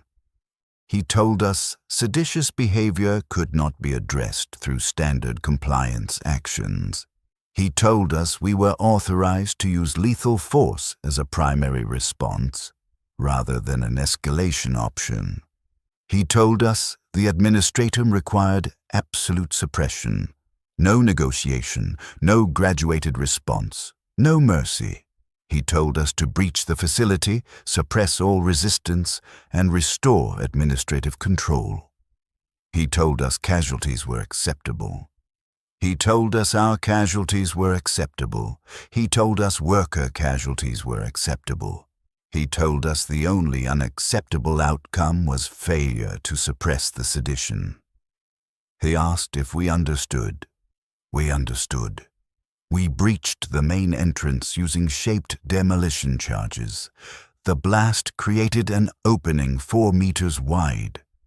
We entered in assault formation, shields forward, batons active at incapacitation level, override authorization for termination level escalation. The workers were waiting inside. They had constructed defensive positions using industrial equipment. They had improvised weapons, pipes, tools, chemical sprayers repurposed from refinery operations. This was armed resistance. This justified maximum response. The engagement was not like previous operations. Previous operations involved frightened workers who resisted passively or fled when confronted with overwhelming force. This operation involved workers who had decided they would rather die fighting than continue complying. They fought with improvised weapons against our armor and batons and tactical doctrine. They fought knowing they could not win. They fought anyway. I killed my first person during this operation. Male subject, approximately 35 years old, armed with a length of industrial pipe. He was positioned behind a makeshift barricade. He saw our formation advancing. He stood up and swung the pipe at the nearest enforcer, Jorik, who had been with Squad 14 since before my assignment. The pipe struck Jorik's helmet. The helmet absorbed most of the impact, but Jorik staggered. The subject raised the pipe for a second strike. I was 3 meters away. I activated termination level charge and delivered a strike to the subject's back. The sustained charge lasted 4 seconds before cardiac arrest occurred. The subject collapsed. I stepped over him and continued advancing. I did not think about what I had just done at that moment. There was no time for thinking. The engagement was ongoing. Other subjects were still resisting. I moved to the next position and engaged in the next subject. Incapacitation level this time. The subject was unarmed, merely standing in our path, refusing to move. I struck him. He fell. I moved forward. The pattern continued. Assess, strike, advance, reassess. The training functioned perfectly. My conscious awareness floated somewhere above the actions, observing without interfering. The operation lasted 31 minutes. 147 workers were present in the refinery complex when we breached. 43 died during the suppression action, 27 from termination-level charges, 11 from head trauma when tactical shields were used as impact weapons, 5 from falls from elevated positions during the chaos of the engagement. 104 survived. 68 required detention. 36 were classified as non-participants who had been present but not actively resisting. These were processed and released with formal warnings. The 68 detained subjects were transferred to Arbeit's custody rather than precinct detention. The sedition charge meant this was beyond enforcer jurisdiction for long-term processing. I learned later that 40 of the detained subjects were executed after Arbeit's tribunal processing. 28 received penal servitude sentences ranging from 20 years to life. We suffered casualties as well. Jorik died. The pipe strike to his helmet had caused internal hemorrhage that was not immediately apparent. He collapsed during our return to transport vehicles and could not be revived. 3 other enforcers sustained serious injuries requiring hospitalization. 11 received minor injuries that required medical treatment, but not hospitalization. I was among the 11, a chemical burn on my left forearm where refinery chemicals had splashed through a gap in my armor plating. The burn was treated and dressed. I was classified as fit for duty and returned to operational status after 16 hours of mandatory rest. I should explain something about the psychological state I was experiencing at this point. I had killed a man. I had delivered a termination-level charge that stopped his heart and ended his life. This should have been a significant event requiring extensive processing and integration. It was not. I felt nothing about it. Not satisfaction, not regret, not horror, not guilt. Nothing. The action had been doctrinally justified. The subject was armed. He had just struck an enforcer. He was preparing to strike again. Termination authorization was active. My response was appropriate. The justification was complete and sufficient. There was nothing to feel guilty about because I had not done anything wrong. The logic was perfect. The emotional absence was also perfect. The two things together created a kind of psychological vacuum where something should have been, but nothing was present. I mentioned this during my next routine psychological evaluation. I told the precinct psychological services officer that I had delivered my first termination-level strike, and I was not experiencing any emotional response to the incident. I told him I wanted to confirm this was normal. He asked me several questions about my sleep patterns, appetite, concentration ability, and operational performance. I answered truthfully. My sleep was disrupted but not severely. My appetite was normal, my concentration was adequate, and my operational performance remained within acceptable parameters. He told me my response pattern was within normal range for enforcers at my experience level. He told me the absence of strong emotional response indicated successful psychological adaptation to operational requirements.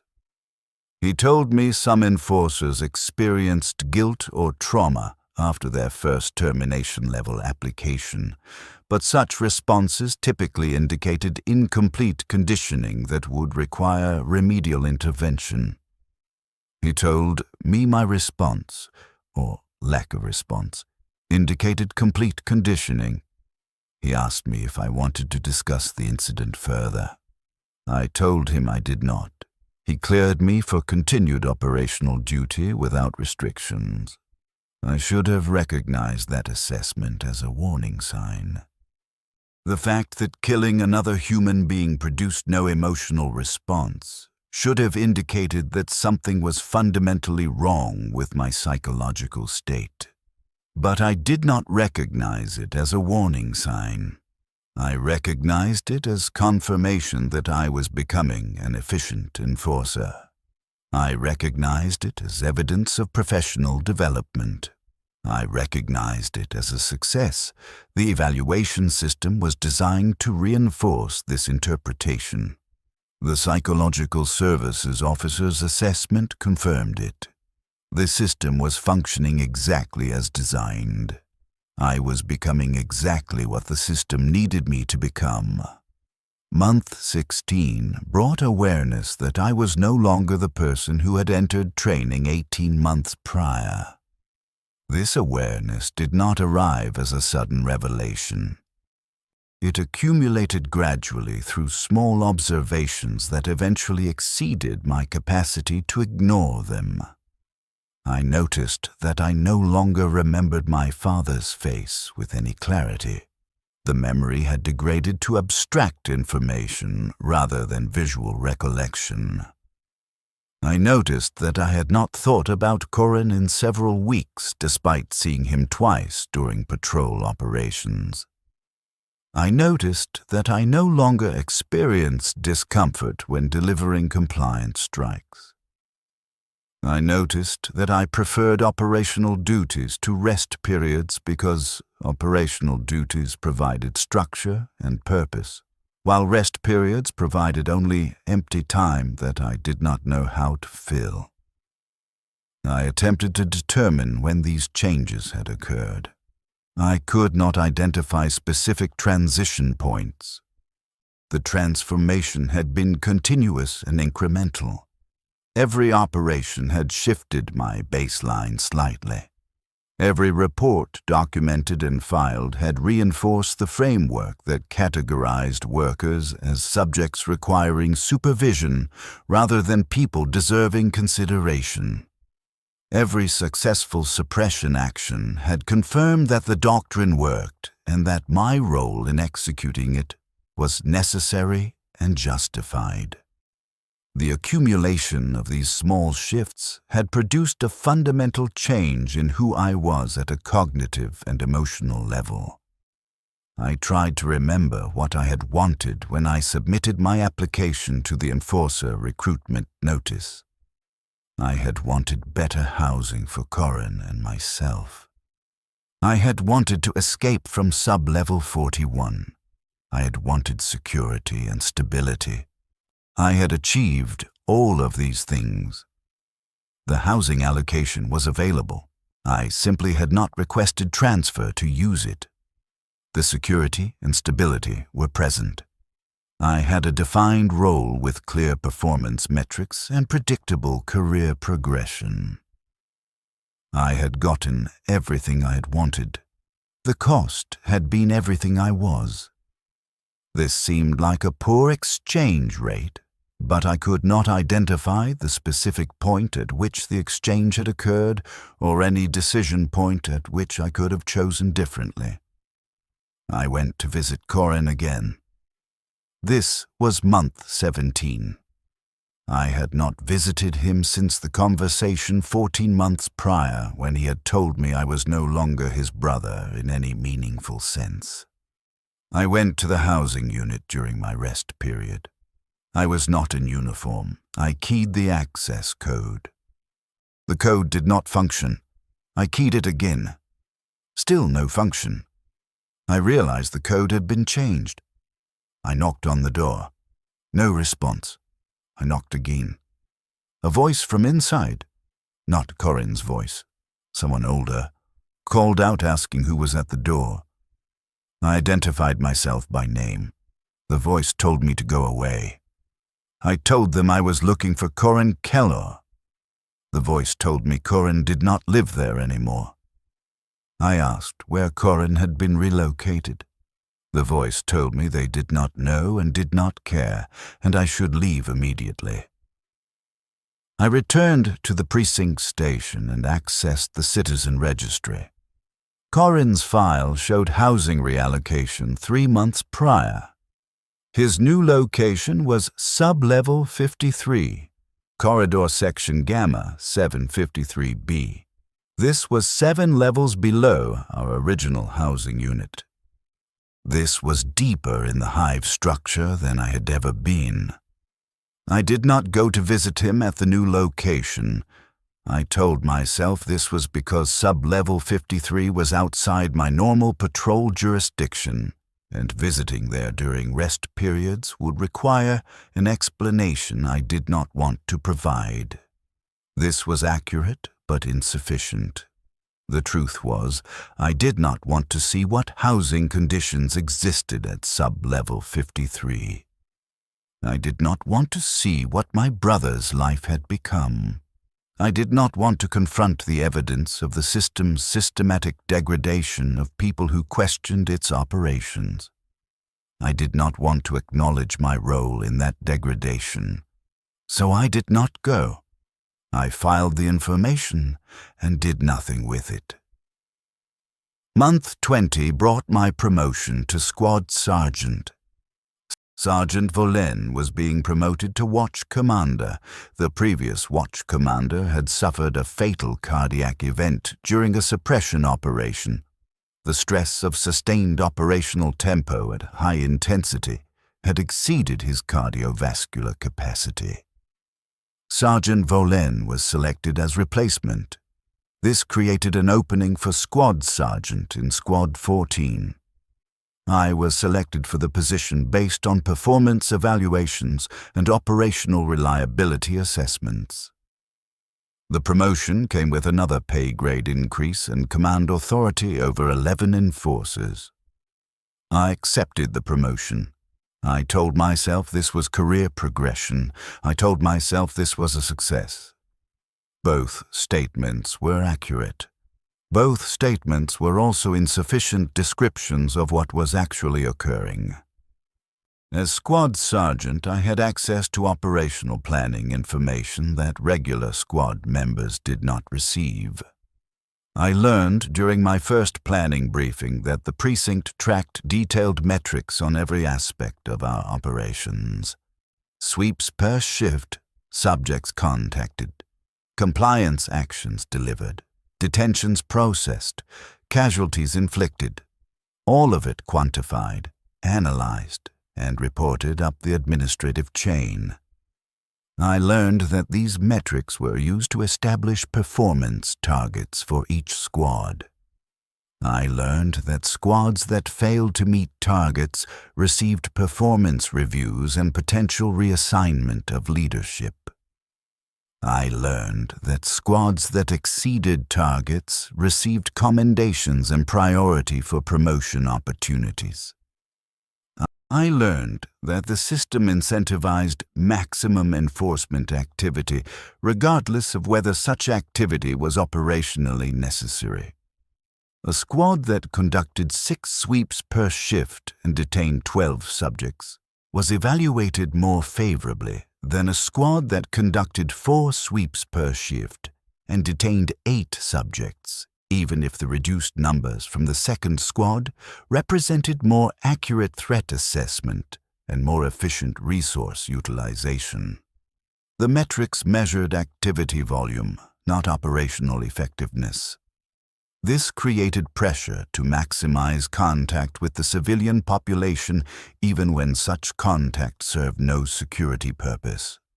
This created incentive to classify borderline situations as violations requiring intervention rather than normal activity requiring no action. This created systematic bias toward over-enforcement. I should have questioned this system. The incentive structure was obviously flawed. It prioritized appearance of activity over actual maintenance of order. But I did not question it. I internalized it. I began managing Squad 14 to maximize our metrics. We increased our sweep frequency. We reduced our threshold for classifying situations as violations. We detained more subjects. We delivered more compliance actions. Our numbers increased.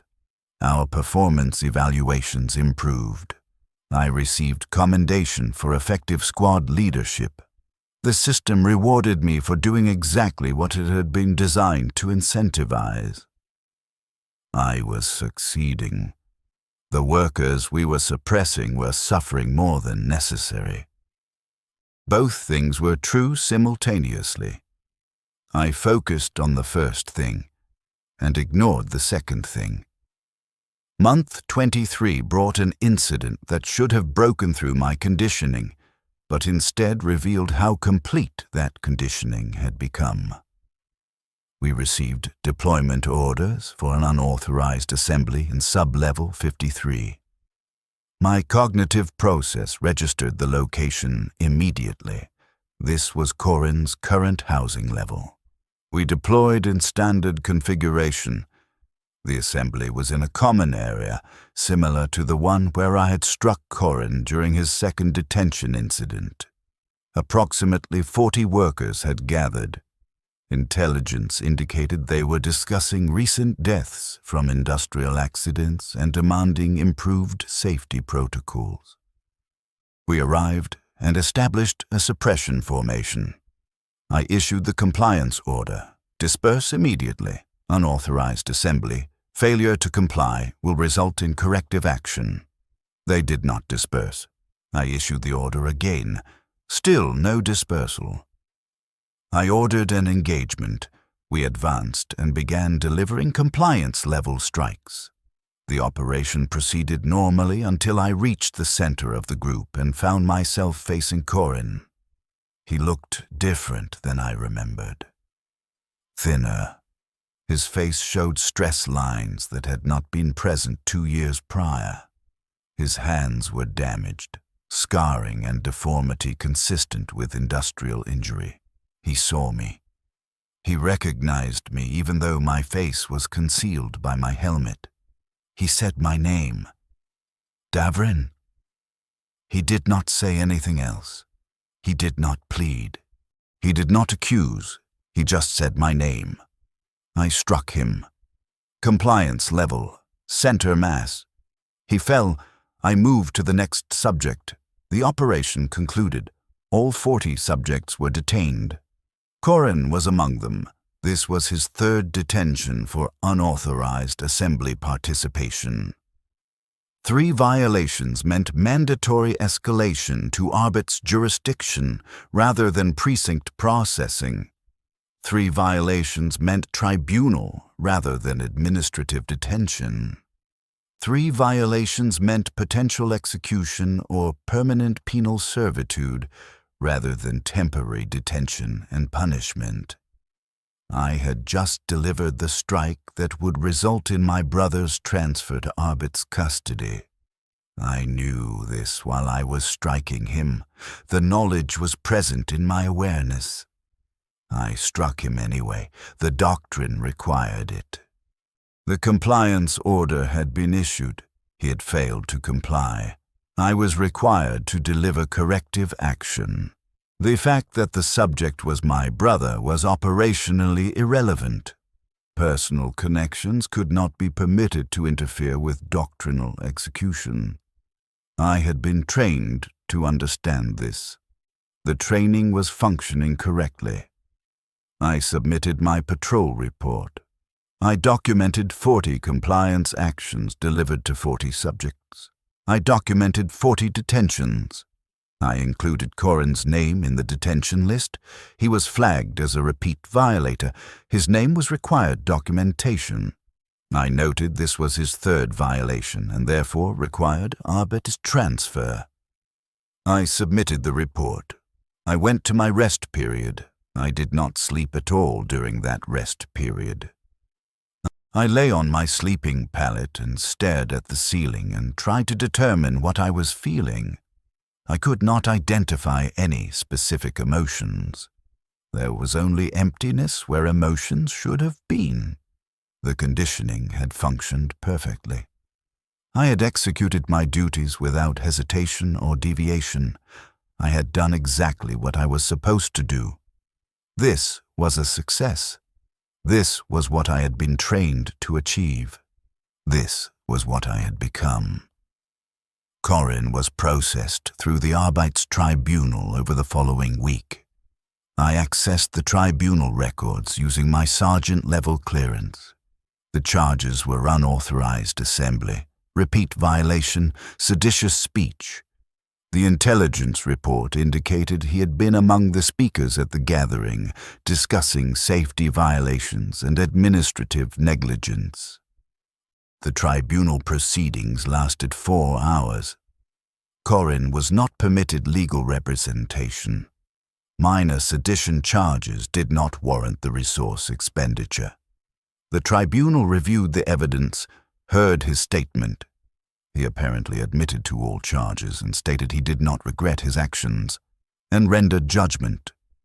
Guilty on all charges. Sentence: execution by firing squad, to be carried out within 30 days. I read the tribunal record 3 times. I tried to determine if there had been any point at which a different outcome was possible. I could not identify any such point. The moment Corin had participated in his third unauthorized assemblies, the outcome had become inevitable. The system had clear rules. 3 violations meant arbit transfer. Seditious speech meant potential execution. The tribunal had functioning within established parameters. Everything had been procedurally correct. My brother was going to be executed because the system was functioning exactly as designed. I thought about requesting clemency intervention. Squad sergeants had limited authority to submit clemency recommendations for subjects in arbit's custody if they believed mitigating circumstances warranted reconsideration. I drafted a clemency request. I documented Corin's background: father killed by documented safety negligence, family economic hardship, no previous criminal activity beyond the unauthorized assembly violations. The gatherings he participated in were focused on legitimate safety concerns rather than actual sedition. I documented that execution seemed disproportionate to the actual threat he represented. I saved the draft request. I did not submit it. I told myself this was because clemency requests from enforcers who had family relationships with the subjects would be dismissed as biased and would potentially trigger investigation into why I had been delivering compliance actions against my own brother without disclosing the relationship. This was accurate. It was also insufficient. The truth was that submitting the request would require me to acknowledge that the system was wrong. It would require me to acknowledge that my brother was being killed for asking legitimate questions about safety conditions that had already killed our father. It would require me to acknowledge that I had been complicit in his death by striking him 3 times during compliance operations. It would require me to confront what I had become. I was not capable of that confrontation. So I deleted the draft request. I submitted nothing. I did nothing. Corin's execution date was scheduled for month 24, day 17. I did not attend the execution. I was not required to attend. Firing squad operations were conducted by Arbit's personnel. not enforcers. I was on duty when the execution time occurred. I was conducting a routine patrol through Sector Gamma 7-Hab blocks. I was delivering compliance actions to subjects who were violating curfew regulations. I was performing my duties. I was functioning within doctrine. I was succeeding at my role. My brother was dying simultaneously. Both things were happening at the same time. I focused on my duties and did not think about anything else. I learned later that Corin had made a final statement before the firing squad executed their duty. The Arbits recorded all final statements as standard procedure. I accessed the recording using my sergeant-level clearance. Corin's statement lasted 47 seconds. He said his name was Corin Keller. He said he had committed no crime except asking that workers be treated as human beings rather than equipment components. He said the system that killed people for asking such questions was evil and could not be sustained indefinitely. He said his brother had been an enforcer named Davren Kellor. He said his brother had struck him 3 times during compliance operations. He said his brother was not evil. His brother had simply been consumed by the system and had become one of its components. He said he forgave his brother. He said he hoped his brother would eventually remember who he had been before the conditioning. Then the statement ended and the execution proceeded. I listened to that recording 17 times over the following week. I tried to feel something about it. Grief, guilt, anger, regret, anything. I felt nothing. The conditioning had been too complete. The psychological barriers had been too thoroughly constructed. The person who could have felt appropriate emotions about his brother's execution no longer existed. That person had been systematically dismantled across 2 years of conditioning and operational exposure and replacement with something that functioned efficiently within the system but possessed no capacity for emotional response to the system's consequences. I began to understand during this period that I had been transformed into a component, not metaphorically, literally. I was now a functional component of the enforcement apparatus. I received inputs, deployment orders, threat intelligence, compliance requirements. I processed those inputs according to programmed procedures, tactical doctrine, use of force protocols, documentation requirements. I produced outputs, suppression actions, detention processing, operational reports.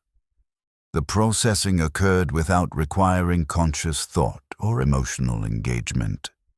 I was a mechanism that executed its function when activated. The fact that I retained human consciousness and memory made the mechanism more sophisticated than a simple servitor, but the fundamental nature was the same. I was a tool. I was no longer a person who used tools. I was the tool itself. This realization should have been horrifying. It was not. It was simply an accurate assessment. I observed it with the same clinical detachment I had learned to apply to all my observations. The transformation was complete. The conditioning was successful. The system had achieved its objective. I was now an optimal enforcer. No hesitation, no questioning, no emotional interference with operational requirements. I was exactly what 24 months of training and operational exposure had been designed to create. Year 3 began. I continued my duties as Squad Sergeant of Squad 14. The operations continued at steady tempo, 4 to 6 sweeps per shift, continuous patrol coverage, preventive enforcement when intelligence indicated potential unrest, active suppression when actual violations occurred. The pattern was stable and predictable. Our squad maintained excellent performance metrics. We exceeded targets consistently. I received my third commendation. I was identified as a candidate for Watch Commander promotion when the next position opened. This was projected to occur within 18 months based on normal attrition rates and promotion cycles. I was succeeding according to all measurable criteria. The thing I'm trying to explain, the thing I need to make clear, is that this success was real by the system standards but completely hollow by any human standard. I was achieving all the markers of professional advancement while simultaneously experiencing progressive psychological dissolution. The person I had been was gone. The person I was becoming was a functional mechanism without internal life. The success and the dissolution were not separate phenomena occurring in parallel. They were the same phenomenon observed from different perspectives. The better I performed as an enforcer, the less I existed as a human being. The relationship was not correlational. It was causal. Success required dehumanization. The system could not function if its components retained full human emotional capacity. The conditioning existed to solve that problem. It was solving it very effectively. I began documenting this process, not in official reports. Those continued to reflect standard operational documentation. In personal logs that I maintained on a data slate, I kept in my quarters. I am not certain why I began documenting it. Perhaps some remnant of the person I had recognized that this transformation was significant and warranted recording. Perhaps the documentation was itself a conditioned behavior. Enforcers documented everything. Perhaps I was simply extending that practice to my own psychological state.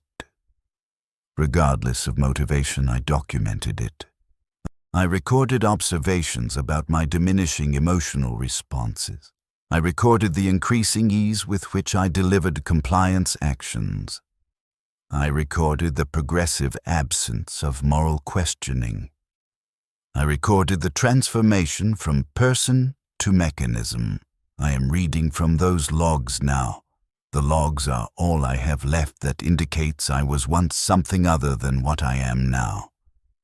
The voice in those logs belongs to someone who was still struggling to understand what was happening to him. That struggle ended eventually. The logs stop after month 37. There are no more entries after that point. Not because I stopped documenting, because there was nothing left to document. The transformation was complete. The struggle was over. The mechanism remained. The person was gone. Month 32 brought my promotion to Watch Commander. The previous Watch Commander position had opened due to retirement. The officer had reached the mandatory retirement age of 55 years.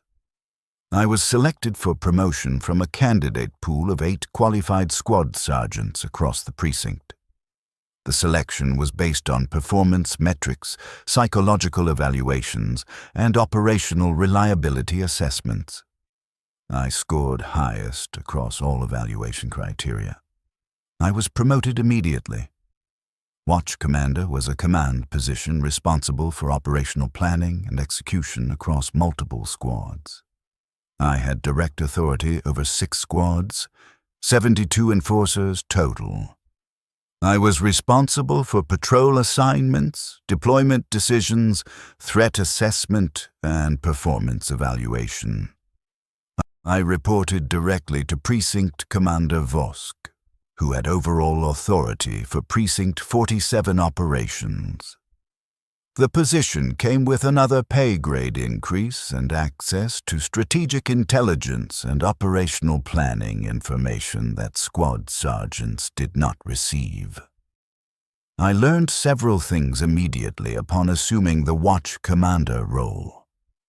First, the operational tempo that had seemed intense at squad level was actually constrained by resource limitations rather than operational necessity. We could have deployed squads more frequently and conducted more suppression operations, but we lacked sufficient personnel to maintain that operational tempo indefinitely without degrading force readiness.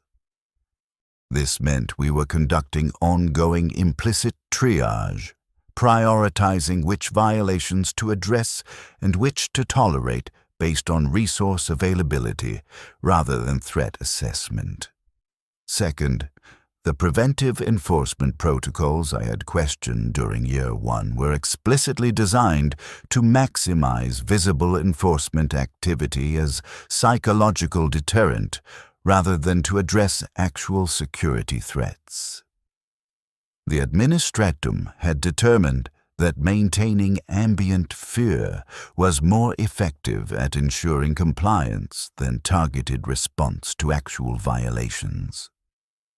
Third, casualty rates among both enforcers and civilians were tracked and analyzed, not for the purpose of reducing casualties, but for the purpose of maintaining sustainable attrition rates that did not exceed replacement capacity.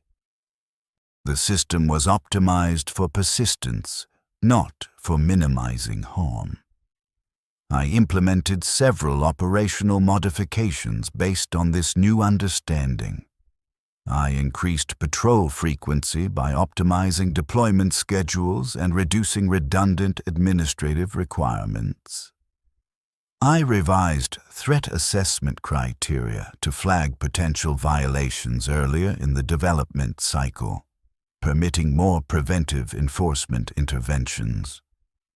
I implemented performance incentives for squads that exceeded detention and compliance action targets.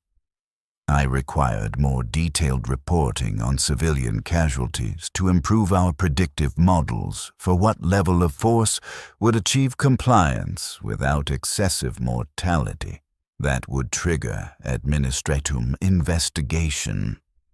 All of these modifications were evaluated positively during my first quarterly review. Precinct Commander Vosk told me I was demonstrating excellent strategic understanding and command capability. He told me I was on trajectory for a precinct commander position within 5 years. He asked me if I had questions about anything. I told him I had no questions. I had no questions because I no longer thought in terms of questions. I thought in terms of operational parameters and optimization targets. Year 4 brought a significant escalation in resistance activity across Sector Gamma 7. The accumulated stress of sustained over-enforcement, resource deprivation, and administrative negligence had exceeded the population's compliance capacity. Workers were dying at accelerating rates from preventable industrial accidents, inadequate medical care, insufficient nutrition, and cold stress during winter cycles. The mortality rate had reached a point where workers were calculating that resistance carried no greater mortality risk than compliance. When people have nothing left to lose, they stop complying. This is a predictable systemic outcome. The administratum had been warned about this trajectory through multiple channels. The warnings were documented and filed. No policy adjustments were implemented. The system continued operating according to established parameters until the inevitable collapse occurred. The collapse began during month 43. Coordinated work stoppages across 37 separate facilities simultaneously. Thousands of workers participated. Organized coordination indicating sophisticated planning and communication networks. This was beyond normal resistance activity. This was systematic rebellion. The administratum declared emergency status and authorized maximum response across all affected sectors. All precincts deployed at full capacity. Astra Militarum assets were placed on standby for deployment if enforcer capacity proved insufficient. This was classified as an existential threat to imperial authority structure in the sector. This required absolute suppression regardless of cost. I commanded operations for Precinct 47's response. 6 squads, 72 enforcers, deployed across multiple engagement zones. Lethal force authorization granted immediately. No graduated response protocols, no compliance level escalation. Direct authorization for termination level force against any subject actively participating in the work stoppages.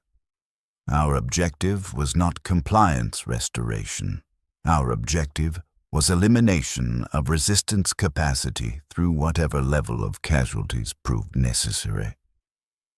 The administratum had determined that restoring fear was more important than preserving the worker population.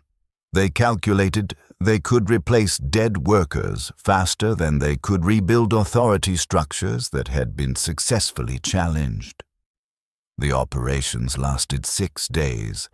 6 days of continuous suppression actions across the entire sector. We engaged thousands of workers. We delivered tens of thousands of compliance actions. We killed hundreds of them. The exact number was never finalized. The casualty documentation system was overwhelmed by the volume. Preliminary estimates ranged from 400 to 700 dead. Thousands more injured, thousands more were detained. The Arbit's tribunal system was overwhelmed. They implemented expedited processing, group tribunals judging 50 subjects at once, standardized guilty verdicts, standardized execution sentences. They executed more than 300 subjects during the 2 weeks following the suppression operations. They sentenced more than 1,000 to permanent penal servitude. The remainder were released with permanent file notations that would ensure they never escaped enhanced surveillance and employment restrictions. I participated directly in many of these operations. As watch commander, I was not required to deploy to engagement zones. I could have directed operations from the precinct command center. I chose to deploy. I told myself this was necessary to maintain accurate situational awareness and ensure proper tactical execution. This was partially accurate. It was also true that I preferred direct engagement to command center duties. The engagement provided simplicity. Assess, strike, advance, reassess. No complex decisions, no strategic considerations, just execution of procedure. The command center required thinking. The engagement required only functioning. I preferred functioning. I killed 12 people during those 6 days, all termination-level strikes delivered to subjects who are actively resisting or demonstrating leadership behavior.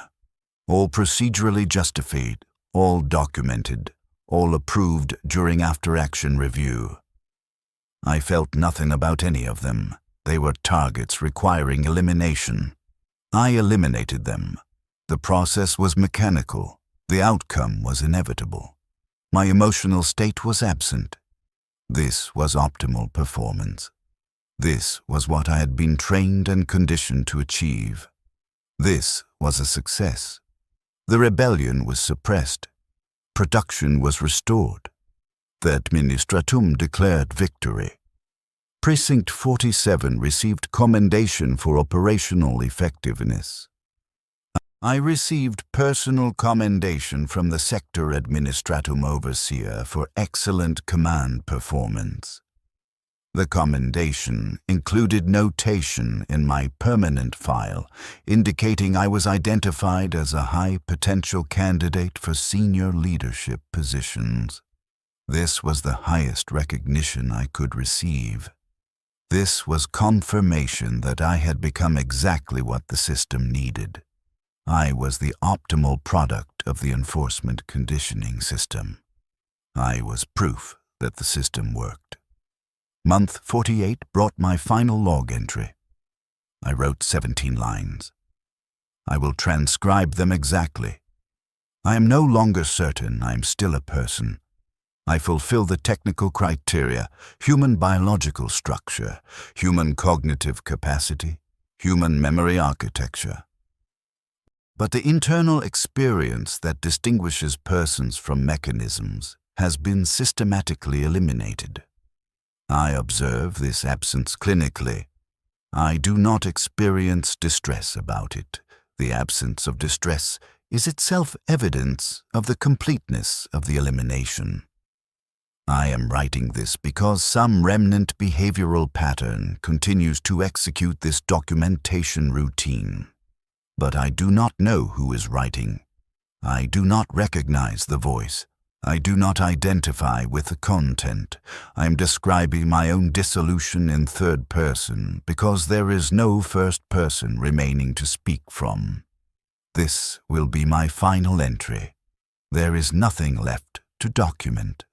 The process is complete. Davren Keller died somewhere between month 1 and month 48. The death was gradual and incremental. No single moment.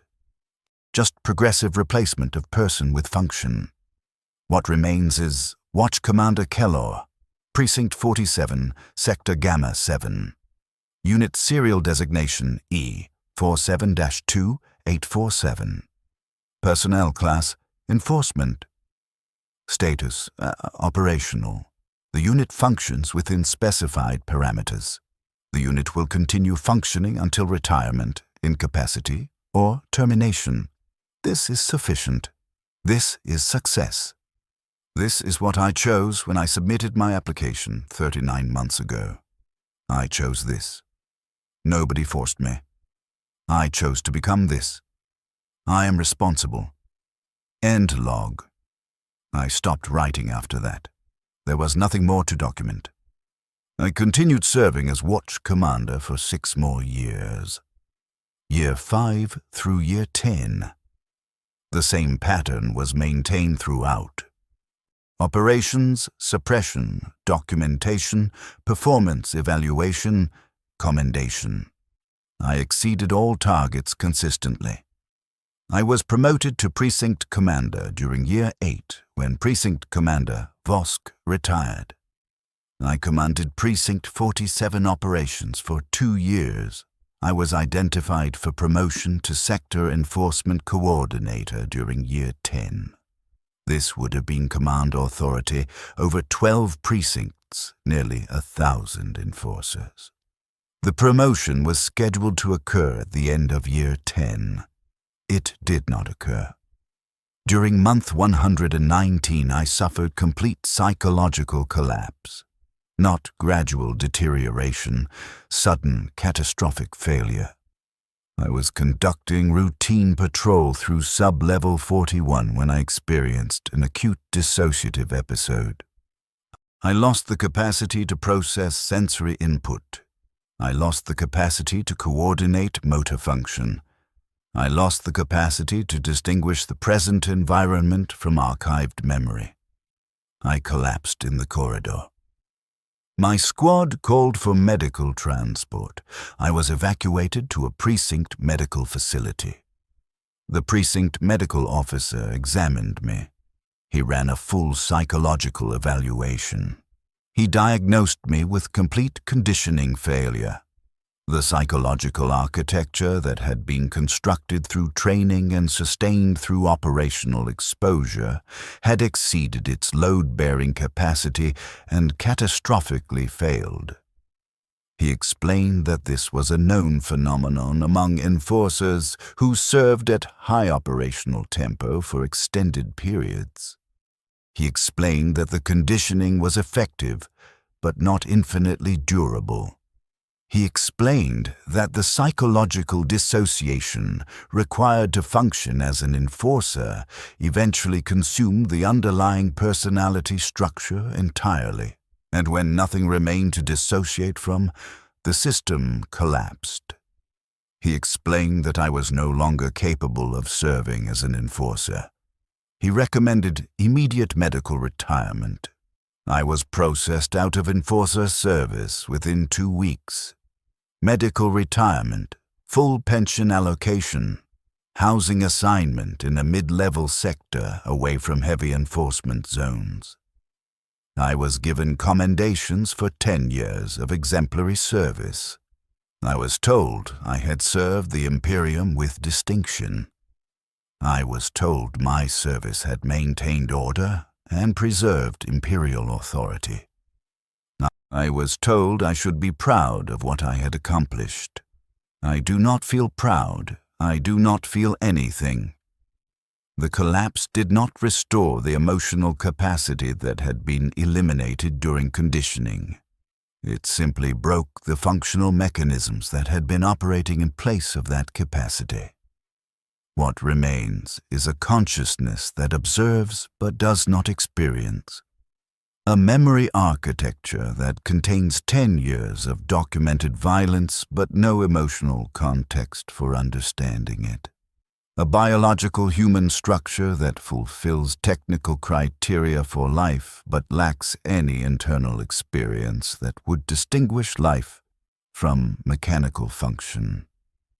I spend my days now in the housing unit the administratum assigned me. I do not work. Medical retirement status exempts me from labor requirements. I do not patrol. I am no longer authorized to serve as enforcer. I do not socialize. I have no capacity for social interaction and no desire to develop such capacity. I sit in the housing unit and access my archived logs and patrol reports. I read descriptions of operations I conducted. I read casualty counts. I read commendations. I read my own words describing my progressive transformation from person to mechanism. I observe all of this clinically, without emotional response. I am reading documentation about someone else. The fact that the documentation uses my name does not create identification. Davren Kellor was consumed years ago. What remains uses his name and his body, but is not him. I know exactly how many people I killed during my 10 years as an enforcer. The documentation is comprehensive. 47 confirmed termination-level strikes. Hundreds of incapacitation-level strikes. Unknown number of those resulted in death from cardiac events or injury complications. Thousands of compliance-level strikes. Thousands of detentions that led to Arbeits processing and execution. My brother is among them, all documented, all procedurally justified, all necessary for maintaining order, all evidence of systematic institutional violence delivered by a person who was progressively transformed into a mechanism for delivering that violence. The system created me. The system used me. The system broke me. The system discarded me. This is a standard process. This is what happens to enforcers who serve long enough at high enough intensity. I am not unique. There are hundreds of medical retirees in this sector alone. Thousands across the hive. We are the waste products of the enforcement system. We are evidence of what the system requires and what it costs. Nobody acknowledges this. Nobody discusses it. We are simply archived as equipment losses and replaced through normal recruitment processes. New recruits enter training every month.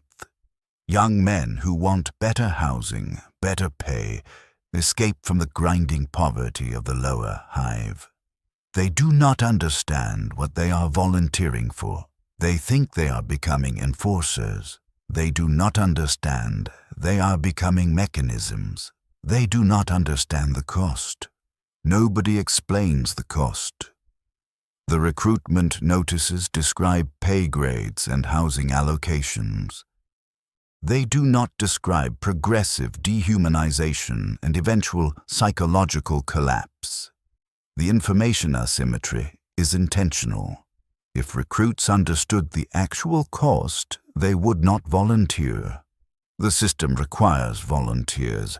Therefore, the system conceals the cost. I should warn them. I should stand outside the recruitment centers and tell them what will happen to them if they submit applications. I should show them the logs. I should show them the casualty counts. I should show them what they will become. I do not do this. I lack the capacity for such action. The collapse eliminated my functional capability, but it did not restore moral agency or proactive motivation. I simply exist. I observe.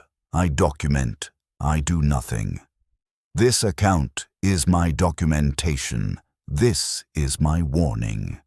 This is my testimony that the enforcer system functions through systematic destruction of human psychological architecture and replacement with conditioned mechanisms that deliver violence without hesitation or questioning. This is my testimony that I was such a mechanism. This is my testimony that I killed my brother and felt nothing.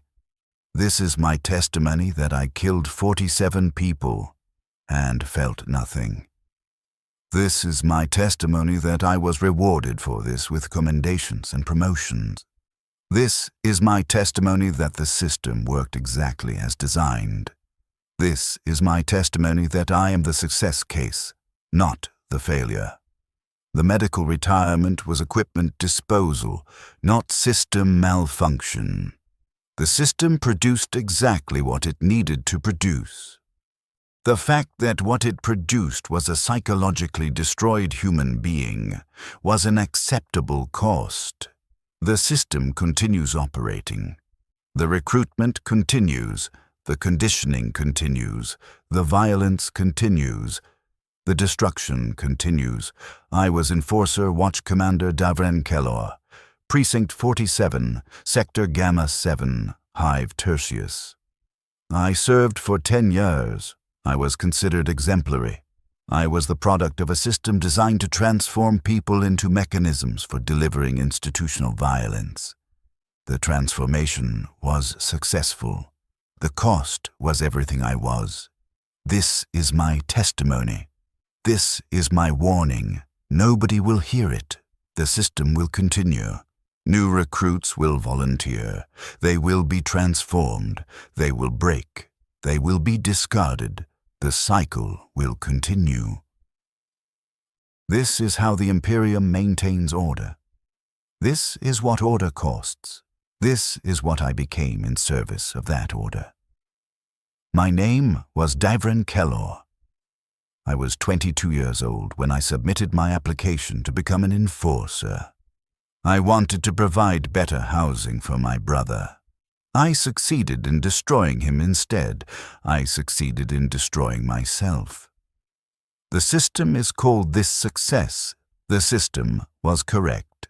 This is what success looks like in the Imperium of Man. This is what order costs. This is what I became. This is all that remains.